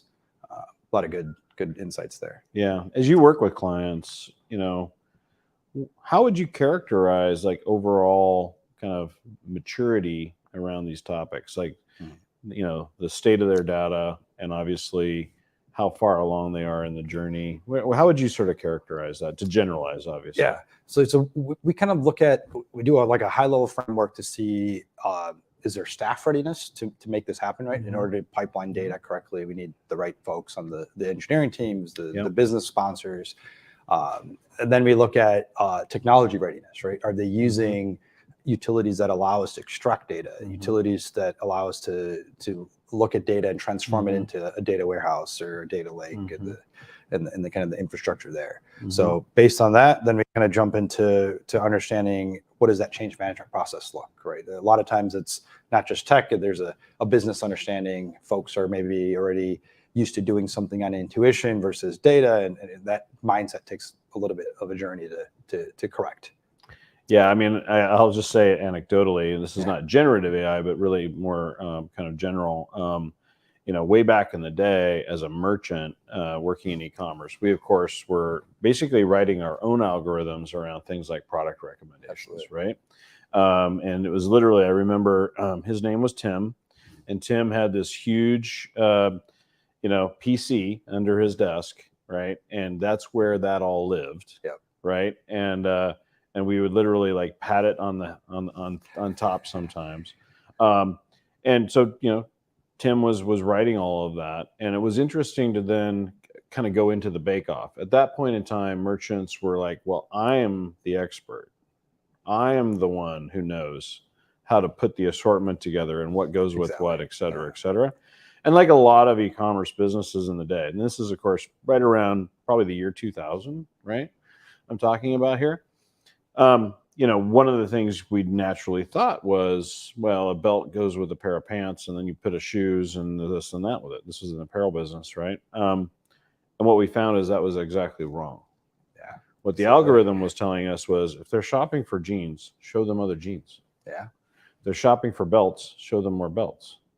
And as merchants, it's kind of like, oh, we don't know anything about what's going on, right? Actually, if we're going to use data to drive optimization, right? Sometimes there's ahas. That might sound really like basic. Yeah. Obviously it was. But now we're in a situation where as more and more data can get marshaled, again, cleaned, normalized, made useful, and then applying AI and generative AI on top of it, it's interesting to see that transition that merchants and marketers need to make, right? To say, okay, you may not necessarily have all the answers, right? Your job is to actually know what questions to ask. Absolutely. Right? And just that example of Tim, right? We've run into so many orgs that they don't even have that PC. It's just in their head, right? They know that this month I'm selling this because it's Black Friday is approaching and here's what people want, but they don't actually know what they want. Yeah. And once they look at the data, the experience, the interactions of the users, that whole changes, right? It could be they wanted something completely different because it's seasonality and weather and nothing to do with Black Friday. Right? Well, just to extend the story a little bit, we were also doing a lot of user experience design and A/B testing, and this was early days of having usability labs in house and things like this. Like we were kind of pushing the envelope, and that team. I'm still in touch with a bunch of them. The Eddie Bauer team. Shout out to the OGs at EddieBauer.com many years ago. Phenomenal team we had put together, and we built this usability lab in house, and we were doing all this we were all discovering as an industry together how to build e-commerce sites that worked, right? And one of the things we realized, like we had phenomenally talented designers who would come up with beautifully elegant, like wonderful design, and then we'd put it in the usability lab and go, well, unfortunately, the one that we all liked is the worst performing. And so we came up with like a line to sort of explain like things, and it sort of like ended up permeating our whole organization. It's like, we are not smarter than the customer. That's where it starts, right? It's a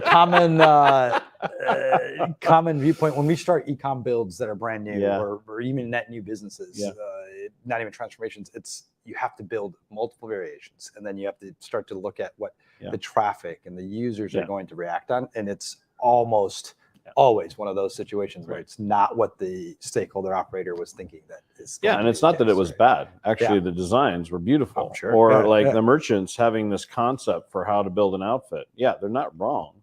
It's just, they can be very, very thoughtful, and they are experts. However, it's not necessarily what the customer will respond best to. And so you just have to kind of approach it with that mindset. And now we're entering another phase of that, right?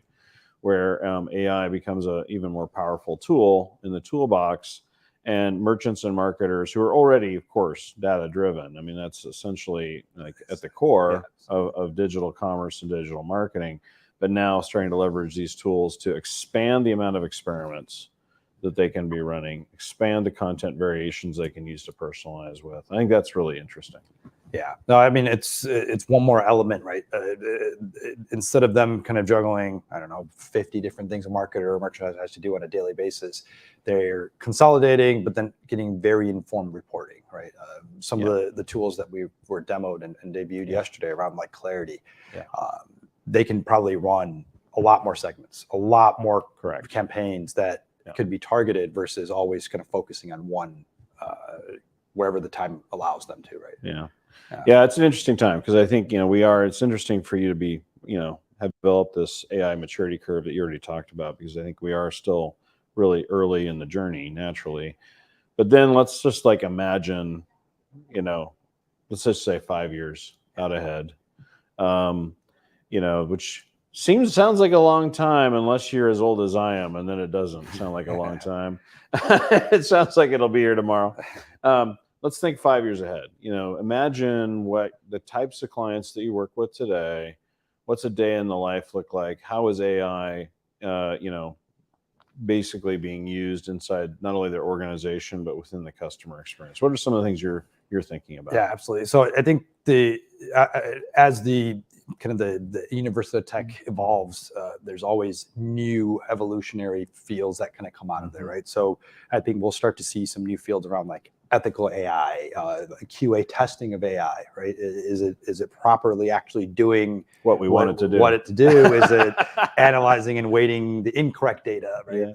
So I think there'll be a large subset of kind of sub industries, let's say, or ancillary industries that come out of the AI ecosystem.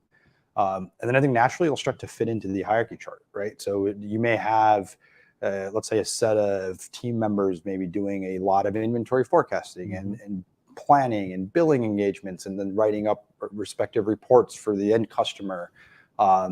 Instead of that, now they are monitoring. They're understanding that it's working correctly, right? They become guiders and coach of those respective utilities versus the doers, right? And I think that there'll be a kind of a evolutionary change of what an e-com stack or a MarTech stack looks like at an organization. Yeah, fascinating. Well, another sort of question I think for you is just like, what do you imagine the kind of impact on the technology providers and services market with the advent of these tools?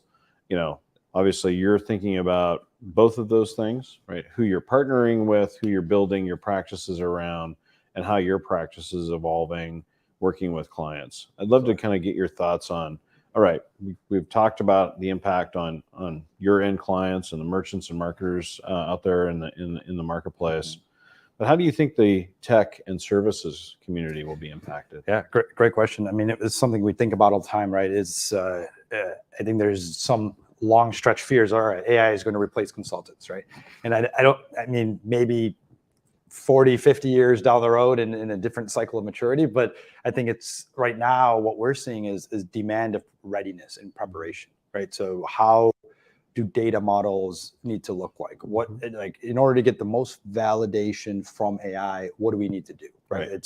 And that process is kind of increasing the involvement of respective consulting firms to come in and say, I have all this data. What do I do with it? And how do I organize it? How do I classify it? What visualization tools can I build to be ready for further AI? So that's one end of it. The other end we're looking at is firms wanting to kind of co-partner to build upon some of these existing AI libraries and infrastructure, right? There's a lot of innovation already out there.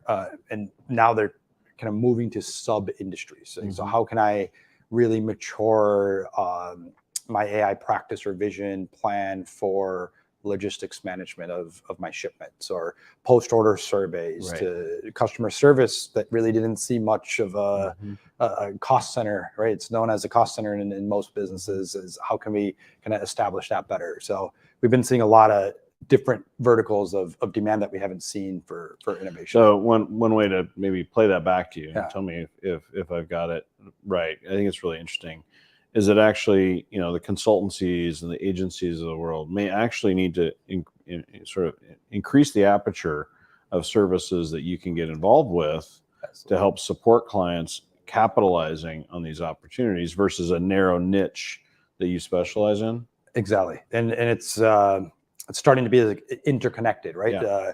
An interaction with the finance team may kind of change the buying journey on the front end side. Right. Until you have the right data stack, that's not traceable, right? The finance team isn't speaking with the data team, or the data Right. team.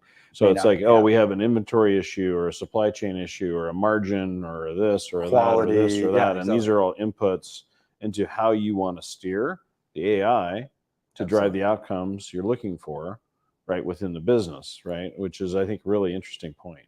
Yeah. Yeah.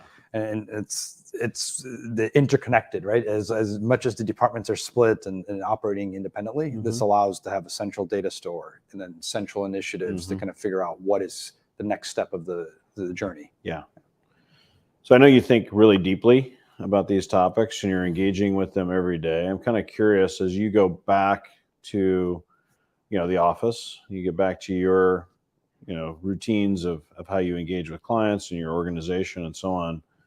What would you say is sort of like an idea or a takeaway or something you'd either double down on that you already believed or something that maybe your mind changed as you think about this whole topic? Yeah, so there are a lot of great topics and discussions from yesterday's houses. One of the big areas that we kind of looked at is the data element, right? Brands, all these SaaS companies out there, all focused on, we have this generative AI, we have this tool. It's isolated. It's isolated. Yeah. How do we framework that out so we can start to feed proper data in a easy route, right? Yeah. So like our clients would probably use in a headless e-commerce ecosystem, probably using 10 to 20 different providers, data sets. How can we make it easy so there's a platform of data that's available for these respective AI tools as quickly as possible? That's such a good point. And I've been talking with some folks about similar challenge. And, you know, there's data tools and there's, you know, ETL and there's CDP and there's these different things, but even there, kind of isolated scope of what those tools were sort of built to solve for. And now we're in this situation where you kind of need to be able to not only aggregate, normalize, clean the data, but then federate it to all these different systems. A lot of And if different they're not operating on the same consistent data, then you're going to run into potential, you know, conflict even. Absolutely. Which is really interesting. Well, I want to thank you so much for your time. It was a pleasure to see you again. And thank you for all the great thoughts and insights. Yeah, Pleasure. absolutely. Happy to be here. Looking forward to the next one. Wonderful. Back to you, Benji. Well, we are keeping things moving here on the live stream. That was Keval Boxey, CEO from Codal. For those interested, ready to learn more, you can visit codal.com, empowering companies at the intersection of UX, design, development, and business. Again, that is codal.com. The summit, the Edge Summit 2023 has been a huge success. We've seen thousands of you joining worldwide online, and have had some keynotes across the way this morning, have kept the conversation going here. For those in Napa this afternoon, looks like visiting wine, going on wine tours and engaging in more conversation, more naturally around the pool or just here in this beautiful California air. So we're here and have a couple more conversations for you. Thanks for sticking with us throughout the morning. Wherever you're joining from, why don't you go ahead and just comment with your location, maybe the organization that you're a part of. We'd love to hear your biggest takeaway from day 2 here at the Edge Summit. We are getting set for our next conversation, and looks like we are ready to jump in. So with that, Brian, if you are ready, let's dive in. Always ready, Benji. Got to always be ready to roll here on the live stream. You can see that I've ditched the jacket. It's, you know, it's that time in the conference where it's time to get relaxed and comfortable. Thank you so much for being here. It's a pleasure to see you. Likewise, it's really great being here. this is a great conference. Wonderful. Yeah, that's a good place to start. What are your sort of takeaways from the last couple of days? What's kind of in your mind as you've listened to the different content, participated in all the different conversations? What sort of jumps to mind as like key takeaways or things that you are like really thinking more about? One thing that I like to do at our company is kind of dive into very complex business cases and complex problems. We look at Bloomreach as a partner along with many other partners in solving different categories of problems for the merchants that we work with. And it's really, really interesting to see just the kind of problems that 2 billion plus companies have. And so just a lot of conversations with some of the merchants is enlightening because problems are like puzzles to me, and it's fascinating to see like they're a problem. How do you solve them? And how to use the technology, and how do you not make it a wash, right? How do you not fail at doing it? And AI is kind of a new tool that we as developers, engineers, and solution providers have to tackle some of the problems, some new areas, new problems that we couldn't solve before. One thing that I really like so far that I've had the opportunity to do is talk to some of the startup partners and see the kinds of innovations that they're unlocking really with these new tools, with Gen AI. And then of course, some of them being in the game for even longer pre-Gen AI. So interesting to see how we can take advantage of some of these startups and their technologies and pitch them to our customers, to our merchants, and give them kind of the value that they seek. Because so many times we have merchants come to us and they have a resource problem, or they have individuals that are always constrained in some way to solving the problems. In other words, their teams are relatively small. They've got a lot to do. Yeah. Right. And this is something we've talked about here in the room before as well, which is, okay, naturally the media and even in the sort of pop culture, when people talk about Gen AI, a lot of people immediately jump to concerns around job loss and what is AI coming for my job, et cetera. But in our industry, it's actually not an issue I'm concerned about, because these teams are so constrained, as you said. Many of your clients are faced with that kind of challenge. And here comes a set of tools that can really help support and help drive more efficiency, hopefully freeing up time, right, to spend on high value aspects of their business or how they work with and market to the customer. Yeah. So as a quick side note, for me as an engineer, it's very common that a lot of the things that I do are interesting, but some of it is just not. Right. Yeah, right. And I would really like that's true to in not. my job too, by the way. Yeah, I think it's true in a lot of industries, right? You have things that you really don't like to do, and thankfully for my sector, it's like Gen AI is an unlock to help me push past some of those boring states, and then let me be a thought partner or a problem solver for the merchants that we work with, be able to execute and deliver on those business goals as opposed to really just doing the basics. And so I think that's really a fantastic thing. And these startups are providing some of the tools that are letting people that have been constrained solve the problems that they would need a larger team or a more a stronger skill set from their internal team to deliver on for some of those business goals that the companies have. Like one example is analytics and data. There's kind of like a decision paralysis that we see a lot of companies have when they're resource constrained. What areas do I want to push attention to, right? Where do I supply that attention? Where do I supply the resources? And with some of these tools, they unlock what you can do with your data, and they give you a faster way to try and fail. Exactly. And that's really kind of key. It's key in AI, it's key in software development, trying and failing quickly, doing proof of concepts. And if you can do that quickly and cheaply, you get a better understanding of what the use case that you have is. You get to refine it better. And ultimately, that's better for the business, right? To just know your use case and iterate on it quickly. Because a lot of businesses, they have lofty ideas, lofty goals. And when they fail, that's more constraints for everyone else. Well, I mean, we've really moved, tremendous distance in the last 20, 30 years, right? When it comes to the technology and the solutions that people are working with today versus 20 or 30 years ago, where you really could only move so fast, because not only were you developing inside of basically a quote unquote monolithic application, and it was going to be hosted somewhere, probably have to rent data center space, and of course any changes to the software had to get tested and rolled, and there was go lives and all these crazy things, and you could really only do that a couple times a year. And of course then there was lockdown and all these kind of things. And now we're moving toward a composable, more API centric, sort of web development environment, headless, etc. And then you add some of these tools in, and now you've got an opportunity to experiment quickly and hopefully efficiently. And then, some of these kinds of things you're describing, could be larger and more, I say complex or disruptive or what have you. And sometimes they're not. Sometimes it's literally testing content, right? Or tweaks to the user experience.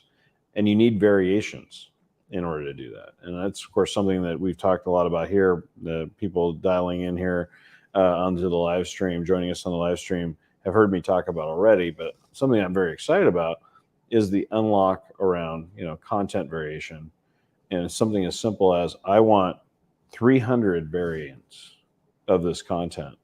And then I'm going to do a king of the hill testing kind of process, automate perhaps a lot of that to make sure that I'm really delivering to the different segments and audiences I'm trying to target what they're responding to, right? Mm-hmm. What actually works. And that's a fairly simple use case. And we've got the technology to do the optimization and personalization essentially in place already. Mm-hmm. So content variation is in a sense an unlock. And there's a lot of other types of user experiences that certainly would be more complex than that. But something as simple as that is a tremendous opportunity. I'll give you some examples of where I saw Gen AI as being particularly interesting. I attended Adobe Summit a few months back, and they had a fun on-stage demo of Firefly, their tool for Gen AI for image generation. And they had a fictional pizza company, and they had a static image. And the idea that Adobe was trying to pitch was, these are your product images, but then we can bias them and tweak them so that they fit different cohort, different segments. So they just say, all right, generate this guy running on the beach. So he's like running on the beach with a pizza, like completely, you'd never want to do a photo shoot with that. But hey, it's fun. You could try it with that kind of customer base. content in the past, right? Running photo shoots like that on model, in an environment, like on location, I should say, very expensive, very expensive. Even static product photography, right? In studio, very expensive, right? Now creating content variants, like I want pizza guy on the beach. I want pizza guy on the chairlift. I want pizza guy, in the pit crew. Oh, well, it's your imagination. Now, the tools are still improving, so maybe they're not quite to the fidelity you'd want to use, but they'll soon be at that level of fidelity, in my opinion. So now it's really about the imagination of the marketer. And then you think about all the diversity within your customer base, right? Are you going to market only to me? No. You want to make sure you're marketing to a wide variety of different people, right? So your website, your digital marketing, etc. Well, why can't you make Pizza Guy, right, appeal very, very directly, because it looks like who you're trying to serve, right? So you think about segmentation in race or demographics or background, these kinds of things is just one aspect. Obviously lifestyle and interests and all these other things, suddenly these are just inputs, right? These are just prompts. And so that's what I mean by content variation becomes kind of this interesting unlock. Did they serve pizza after this demo to the audience? That would have been interesting, but they did not. See, Adobe. There was actually they did rent out Area 15 completely, which was pretty interesting. If you're familiar with the Las Vegas Area 15 establishment, like whole thing. No, I'm just teasing. I was just a little dig at Adobe. There was also a protest mid speech. Yeah. Really? Animal I did not rights, hear about that. Animal rights. Really? Yeah. I did not hear about that. Yeah, it was It was an interesting one. At the Adobe Summit? Yeah. Yep. Really? Yep. Animal rights activists went on stage during, I think there was a CEO of a pharmaceutical company. Oh, interesting. That was being interviewed by the CEO. of That Adobe. did not, at least didn't reach me. I didn't hear about that. That's very interesting. Yeah, so that was the thing. One thing that I want to shift to is the second interesting thing that I saw, which was kind of something that I use internally. I use Gen AI to somehow unlock what I don't know. So I would print out what it is that I'm trying to do. Like I'd write it out, and then I would ask it, like, what am I missing from this equation? I've actually done something similar. Yeah. I do that as well. I use Gen AI in a similar way. If I'm doing, for example, my newsletter, which the audience has also heard me talk about, Cocktails in Commerce, I'll do the same thing. So I'll say, ask question or the prompt, and like, what else should I consider? I don't find myself copying and pasting what it has to say, but it's certainly helpful to prompt me to say, oh, you might want to think about this or that. So tying that in, what I saw Adobe do really well, demonstrate really well, is this idea that as a marketer, and I'm not a marketer, but I saw this and I thought it was pretty fantastic. You can have it generate the entire customer journey.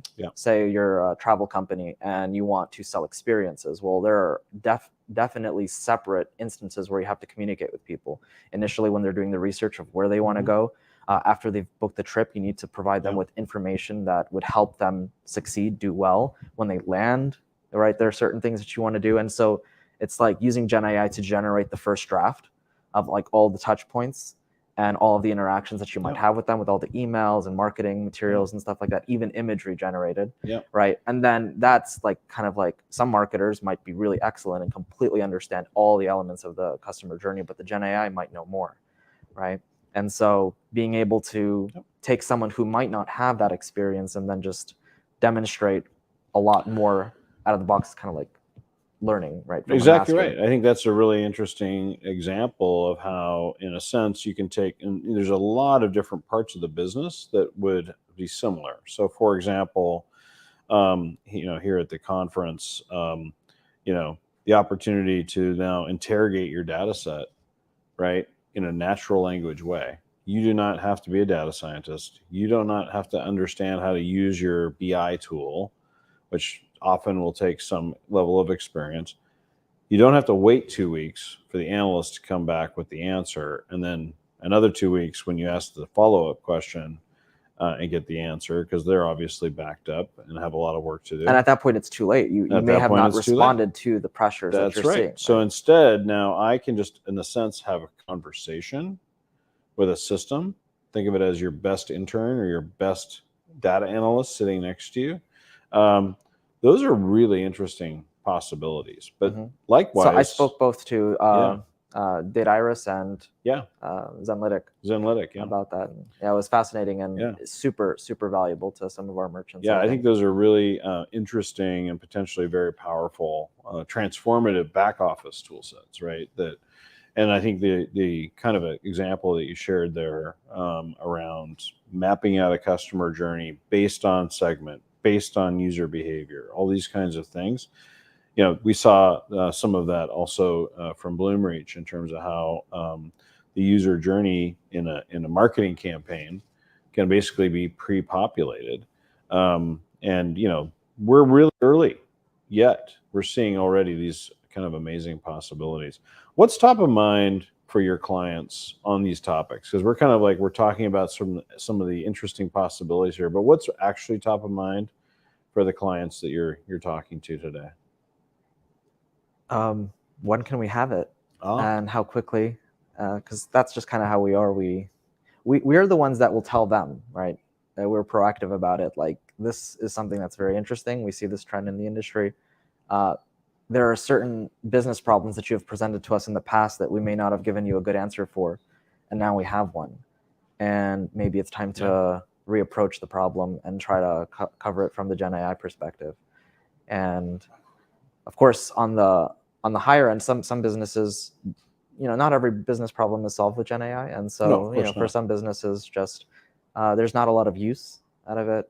But for sure, a lot of the merchants that we work with are really interested in how they can use it. But there are other fundamental things that have to be done in AI that I think all businesses in our sector in e-commerce need to get right. So they need to get product recommendations right, like almost baseline kind of the thing that they have to do. Then they have to do search, make sure that search, that aspect of it is very well defined, and we're very well structured and works primarily. Obviously, checkout, cart optimization, blocking and tackling.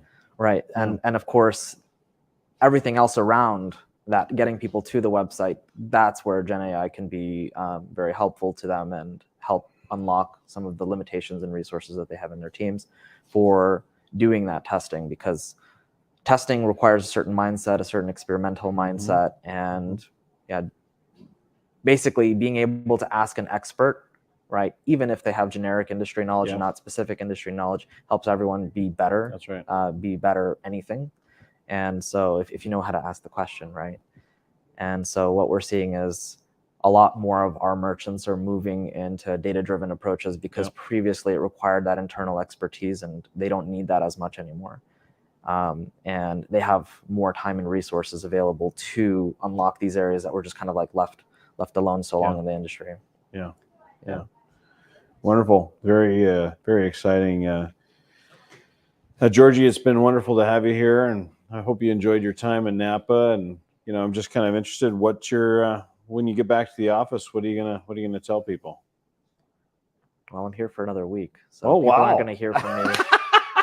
People aren't going to hear from me for a bit, but sampling some wine and find when I get California back, cuisine, hopefully. When I get back, I'm going to tell them about the partners that we learned about. Wonderful. So thank you so much for having me. Yeah, it was a pleasure it's been speaking with you. Yeah, take care. Likewise. Thanks to the audience. Back to you, Benji. Fantastic. For more about Absolute Web, you can go to absoluteweb.com.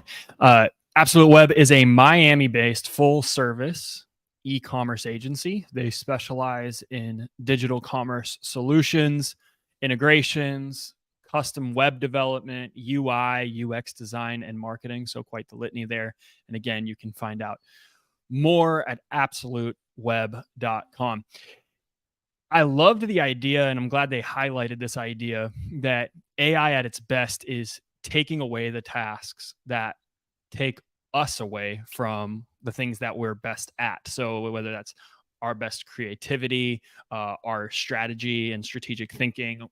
And I mean, I will be the first to hand raise and say, please take away my boring tasks. Please take away the drudgery that sometimes these things can bring on, especially the repeatable things. I've been thinking about it as a marketer, as a podcast host for B2B Growth, a show that's equipping B2B marketing leaders and content teams, of all the ways that I've been using AI in my life, whether that's apps like Descript, Cast Magic. I'm using ChatGPT to help with things like title recommendation. I'm running outlines or bios, rewriting, right? You throw something at the AI and then get some information back. And so it's really being integrated, whether I'm realizing it or not. And I think so often for the end consumer, all that we care about is just that we get the results that we desire. But it's been so fun to sort of pull the curtain back over the last 2 days and learn what we can actually expect in the coming years. And so we're going to continue that discussion now here from the Bell Suite. We have a couple joining us here. We are going to be discussing the reimagining of tomorrow's customer experience, this intersection of digital and AI. And we have Nikki Hall and Rachel Frederick joining us, and this will be the final discussion. So we saved the best for last, everybody. We saved the best for last. Brian, we're excited to hand it back over to you. Let's end day 2 with a bang. Thank you so much, Benji, Rachel, and Nikki. Thank you so much for being here. You're kind of like, we're ending on a bang as no pressure. Exactly. Sir Latab, I'm a Seattleite. So that Pike Place Market store, bought lots of stuff through that storefront. Yeah. Wonderful brand. As someone who's into mixology as well as cooking, great resource. We got things for you. Yes, indeed. And more 100%. of them. Yes, more of them. And thank you so much for being here. And let's start off with just sort of a question. you're thinking about the intersection of content and customer experience. And we're talking, of course, here at the show about generative AI and AI in general. I'm just kind of interested, maybe a question for both of you. How do you think about how generative AI is going to support merchants and marketers to drive a rich, engaging customer experience? You want to start or should I? We'll go this way. Okay. Well, Nikki Hall, nice to be here. Thanks for having me. I'm with Content Square. I'm the Chief Marketing Officer. Content Square is digital experience analytics. So if you want to understand what's happening on your site, why it's happening, and the revenue opportunity and the impact, that's Content Square. That will give you all the answers. So how is generative AI impacting marketing and customer experience? That was something that I've been battling with, since this generative AI thing kind of popped up. And I've asked my teams about it. I said, what are we doing? What can we do differently? And kind of the net is you really, in order to deliver the best customer experience using generative AI, you have to become a prompt engineer. Mm-hmm. You can ask so many different questions, and you think it's almost like Google, and you're asking a question and Google will give you tons of different responses. But when you ask ChatGPT a certain question, you don't get something. So let me give you an example. So I pulled this up, right? Careful. Every presentation should have a good sharp, right? Story, humor, analogy, picture. So if you were to ask ChatGPT, for example, like a vague question, something about, how can brands, differentiate themselves and engage customers? It might give you step by step. So I asked that, how can a retail brand engage customers? Because I'm sitting here with a retail brand. Appreciate that, yeah. And it says, that's a customer. Yes. Okay. As a customer. And there's a step-by-step approach. So for me, it wasn't rocket science. It says, create a strong online presence, personalized marketing, loyalty programs, customer feedback and surveys, interactive content. I think for all of us who've been in marketing or even commerce as a merchandiser, et cetera, we know this. So if you were to ask a question that is a little bit more thorough, such as the question I asked, as the Chief Marketing Officer of a sneaker brand, I'm excited to present 5 engaging ideas for our October in-store launch event featuring our new cross-trainer shoe for women. This event will only showcase our product that also needs to create a memorable experience for our customers. So instead of being, as a prompt engineer, is what I was saying, instead of being vague and step-by-step approach, that's not rocket science. If you ask a question that has a little bit more meat to it. And personality, meat, we talked about that yesterday. Yeah. Here's the response. Exclusive sneak peek for VIP customers. Roll out the red carpet for your loyal customers by hosting an exclusive VIP night, just like Bloomreach has done here for all of us. They've created this like VIP experience. A fitness challenge and workshops. Instagram-worthy photo stations, cross-trainer stations, collaborative art installation. So net, I think in order to become using AI to deliver the best CX, especially within marketing, you have to know what questions to ask. Mm-hmm. So to become a prompt engineer, as I call it.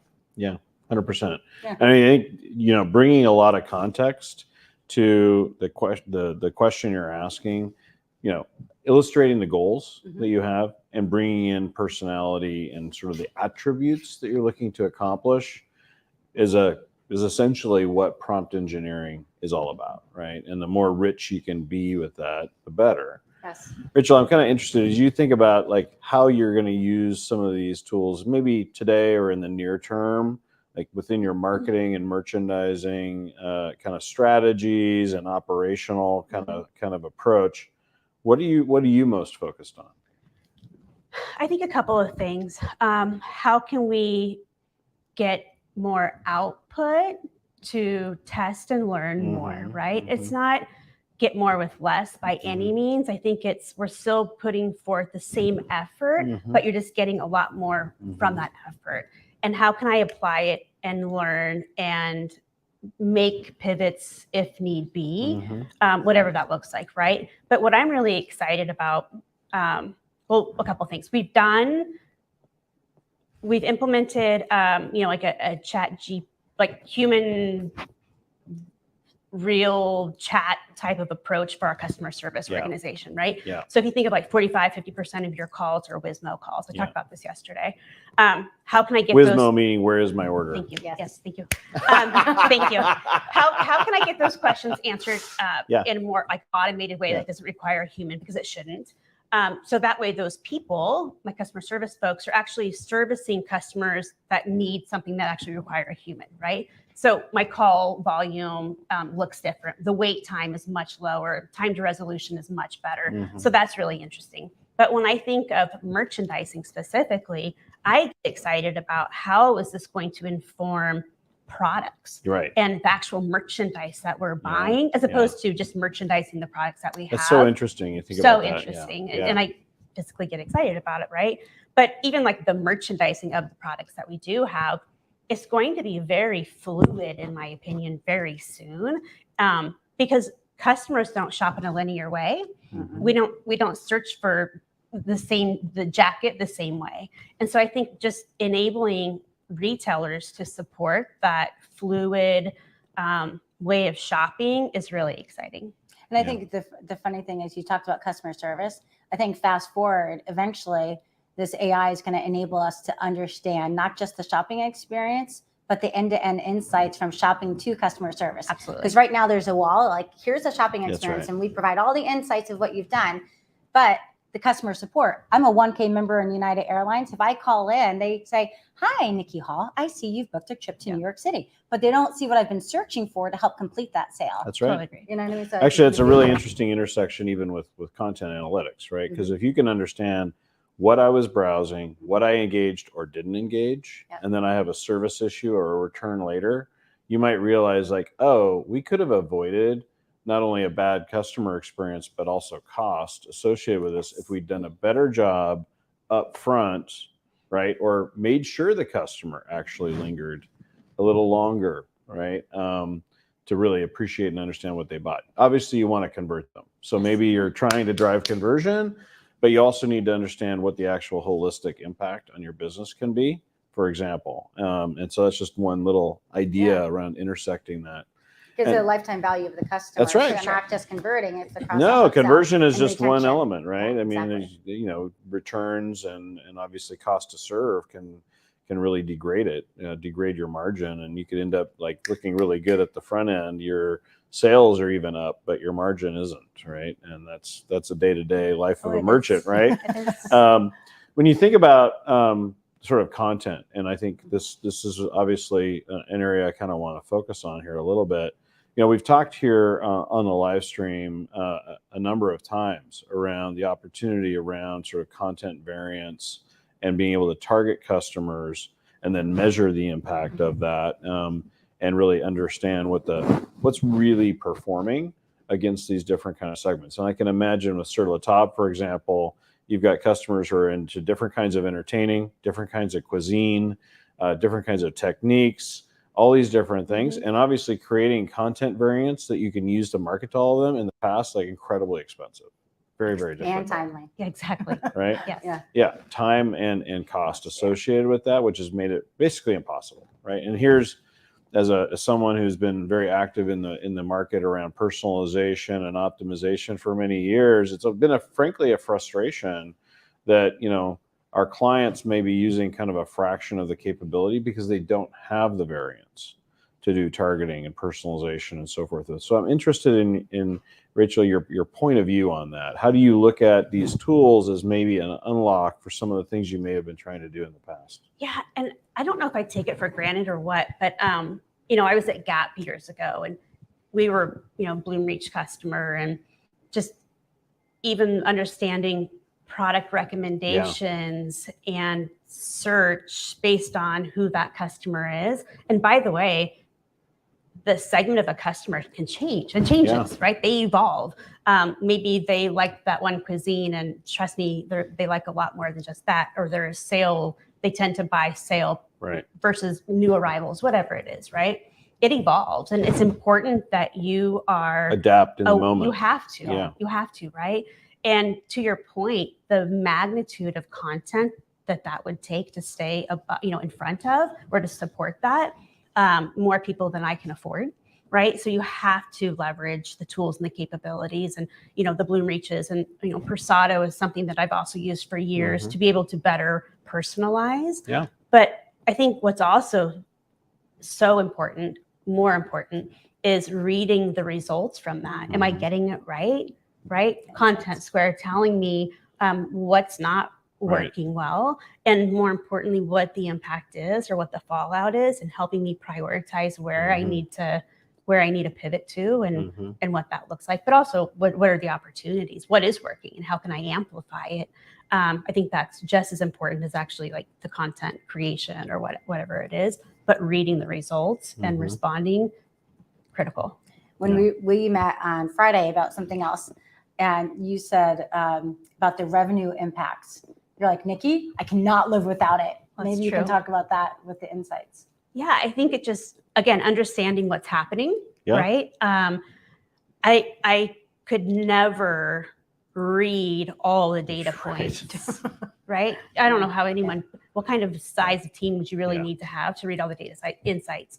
So having a tool that is telling me, pushing those insights to me in a way that I can really understand how it's impacting my business and what I need to do to change or amplify in true dollars, right? It's not just, high, medium, low, it's true dollars. That's right. So I valuable. actually think we've talked about that as well here over the last couple of days, and I think it's really going to be interesting how generative AI creates a different kind of interface with the data, so that I don't have to be highly trained on the BI tools. I don't have to be highly trained.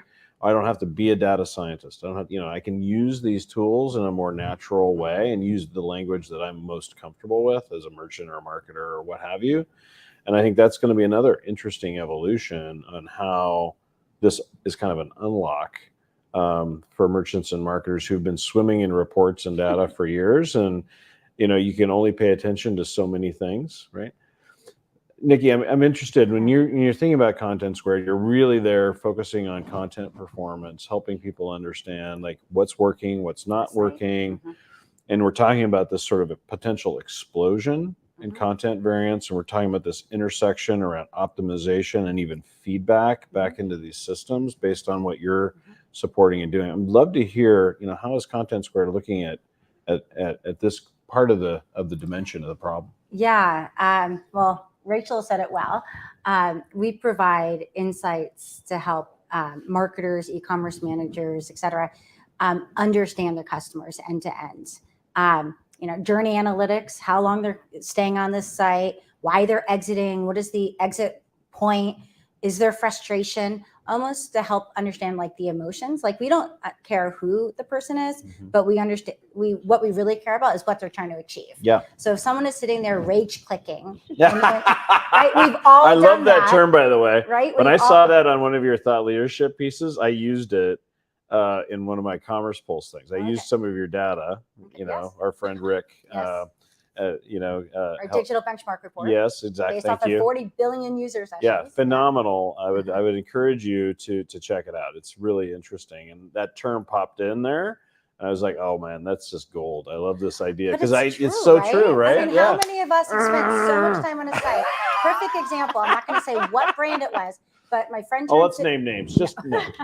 My friend turned 50, and I was creating these coasters for her, and I thought it'd be fun as a surprise for her. The weekend we were in Santa Barbara, everyone sent me pictures. I created these coasters. They're all around the party. But as I'm checking out, and let me tell you, it took so much time to create these coasters, and I was afraid literally like almost 2 hours, and because the wrong size and it's a horizontal landscape, and I'm rage clicking because I'm like, oh, let me check out. I don't want to start over. So what Content Square does, if they had Content Square on their site, the person managing the site would know that there's something wrong in that moment. Because there's like bam, bam, bam, bam, bam, bam. Right? Yeah. There's a signal. Yeah. We partner with Bloomreach. Bloomreach, I mean, you don't have to use Bloomreach, but you can. But it creates a signal, and then you can then say, okay, is this a high value customer? So Nikki Hall, she shopped with us a lot before, or Sur La Table. High value customer. I shop at Sur La Table all the time, so I love to cook. And then is she trying to check out and she can't? Then Sur La Table then can say high value customer, rage clicking, send a 20% off discount, for an email saying, I am so sorry about your frustration. Yes. Let me help you with your cart that's still full. Yes. And 20% off. Yes. And I'll say, thank you, because I feel valued. So that's just kind of some of what Content Square does. So it helps you understand an essential platform, take action, and do it in a trustworthy manner. Yeah. If you don't want to use cookies, you don't have to. Right. Cookieless or cookies. I love it. Yeah. Yeah. Well, we should obviously have cookies because we're talking about So service. it's on, Please. chocolate chip cookies. Sorry, I couldn't resist. I couldn't It was resist. good. Yeah. It was good. Rachel, as you kind of think about all this, I mean, you've been kind of immersed in it the last few days, but obviously thinking about, there's been a lot of discussion kind of in the market, and it's interesting how fast the hype cycle went up and then is even coming back down. Like, it's not even been a year in a sense where this has been such a massive topic around generative AI. And yes, there's certain things that I think have gotten a little out ahead of really practical application or what's really meaningful about all of this. And then sometimes I think the media or the conversations tend to push things in kind of dimensions that aren't. We talked, for example, about job loss. People are overly concerned about that, at least with respect to this industry. How do you separate kind of the hype versus the practical implications? Where do you land on that as a merchant, as a marketer who's really trying to drive a business every day and thinking about how these kinds of capabilities we've been talking about intersect with that? So I definitely don't think it's hype. I think it's about, I'll say, starting small and like proving out to the team if it really is around, job security or I think marketing is sort of like one of the easier go-tos that people start with. And I think a lot of the marketers are, copywriters, if you will. They view their skills like a craft, right? And so to think like a machine, I'm using these air quotes, like to think of a machine can actually do their job and do it better, I think will make them feel uncomfortable. But that's not what we're saying, right? What we're saying is you're still doing your job. It may be a little bit, I think if I had to say in the future, their job may look a little different, but I think it's more about reading the results of what it is that they're actually producing and doing something with that. Right? One of the analogies around this that I really like, because I'm also a writer and I've been using ChatGPT and other things. And, as a former merchant myself who ran content teams and stuff back in the day as well, it's sort of like turning a writer into an editor. Yes. And as a former industry analyst, when I first went to work, shout out to Carrie Johnson at Forrester, who was my first research director when I showed up there. And I initially did not like editing. I was get back this thing, and Carrie had marked it all up and all that. And then pretty soon I realized, oh, no.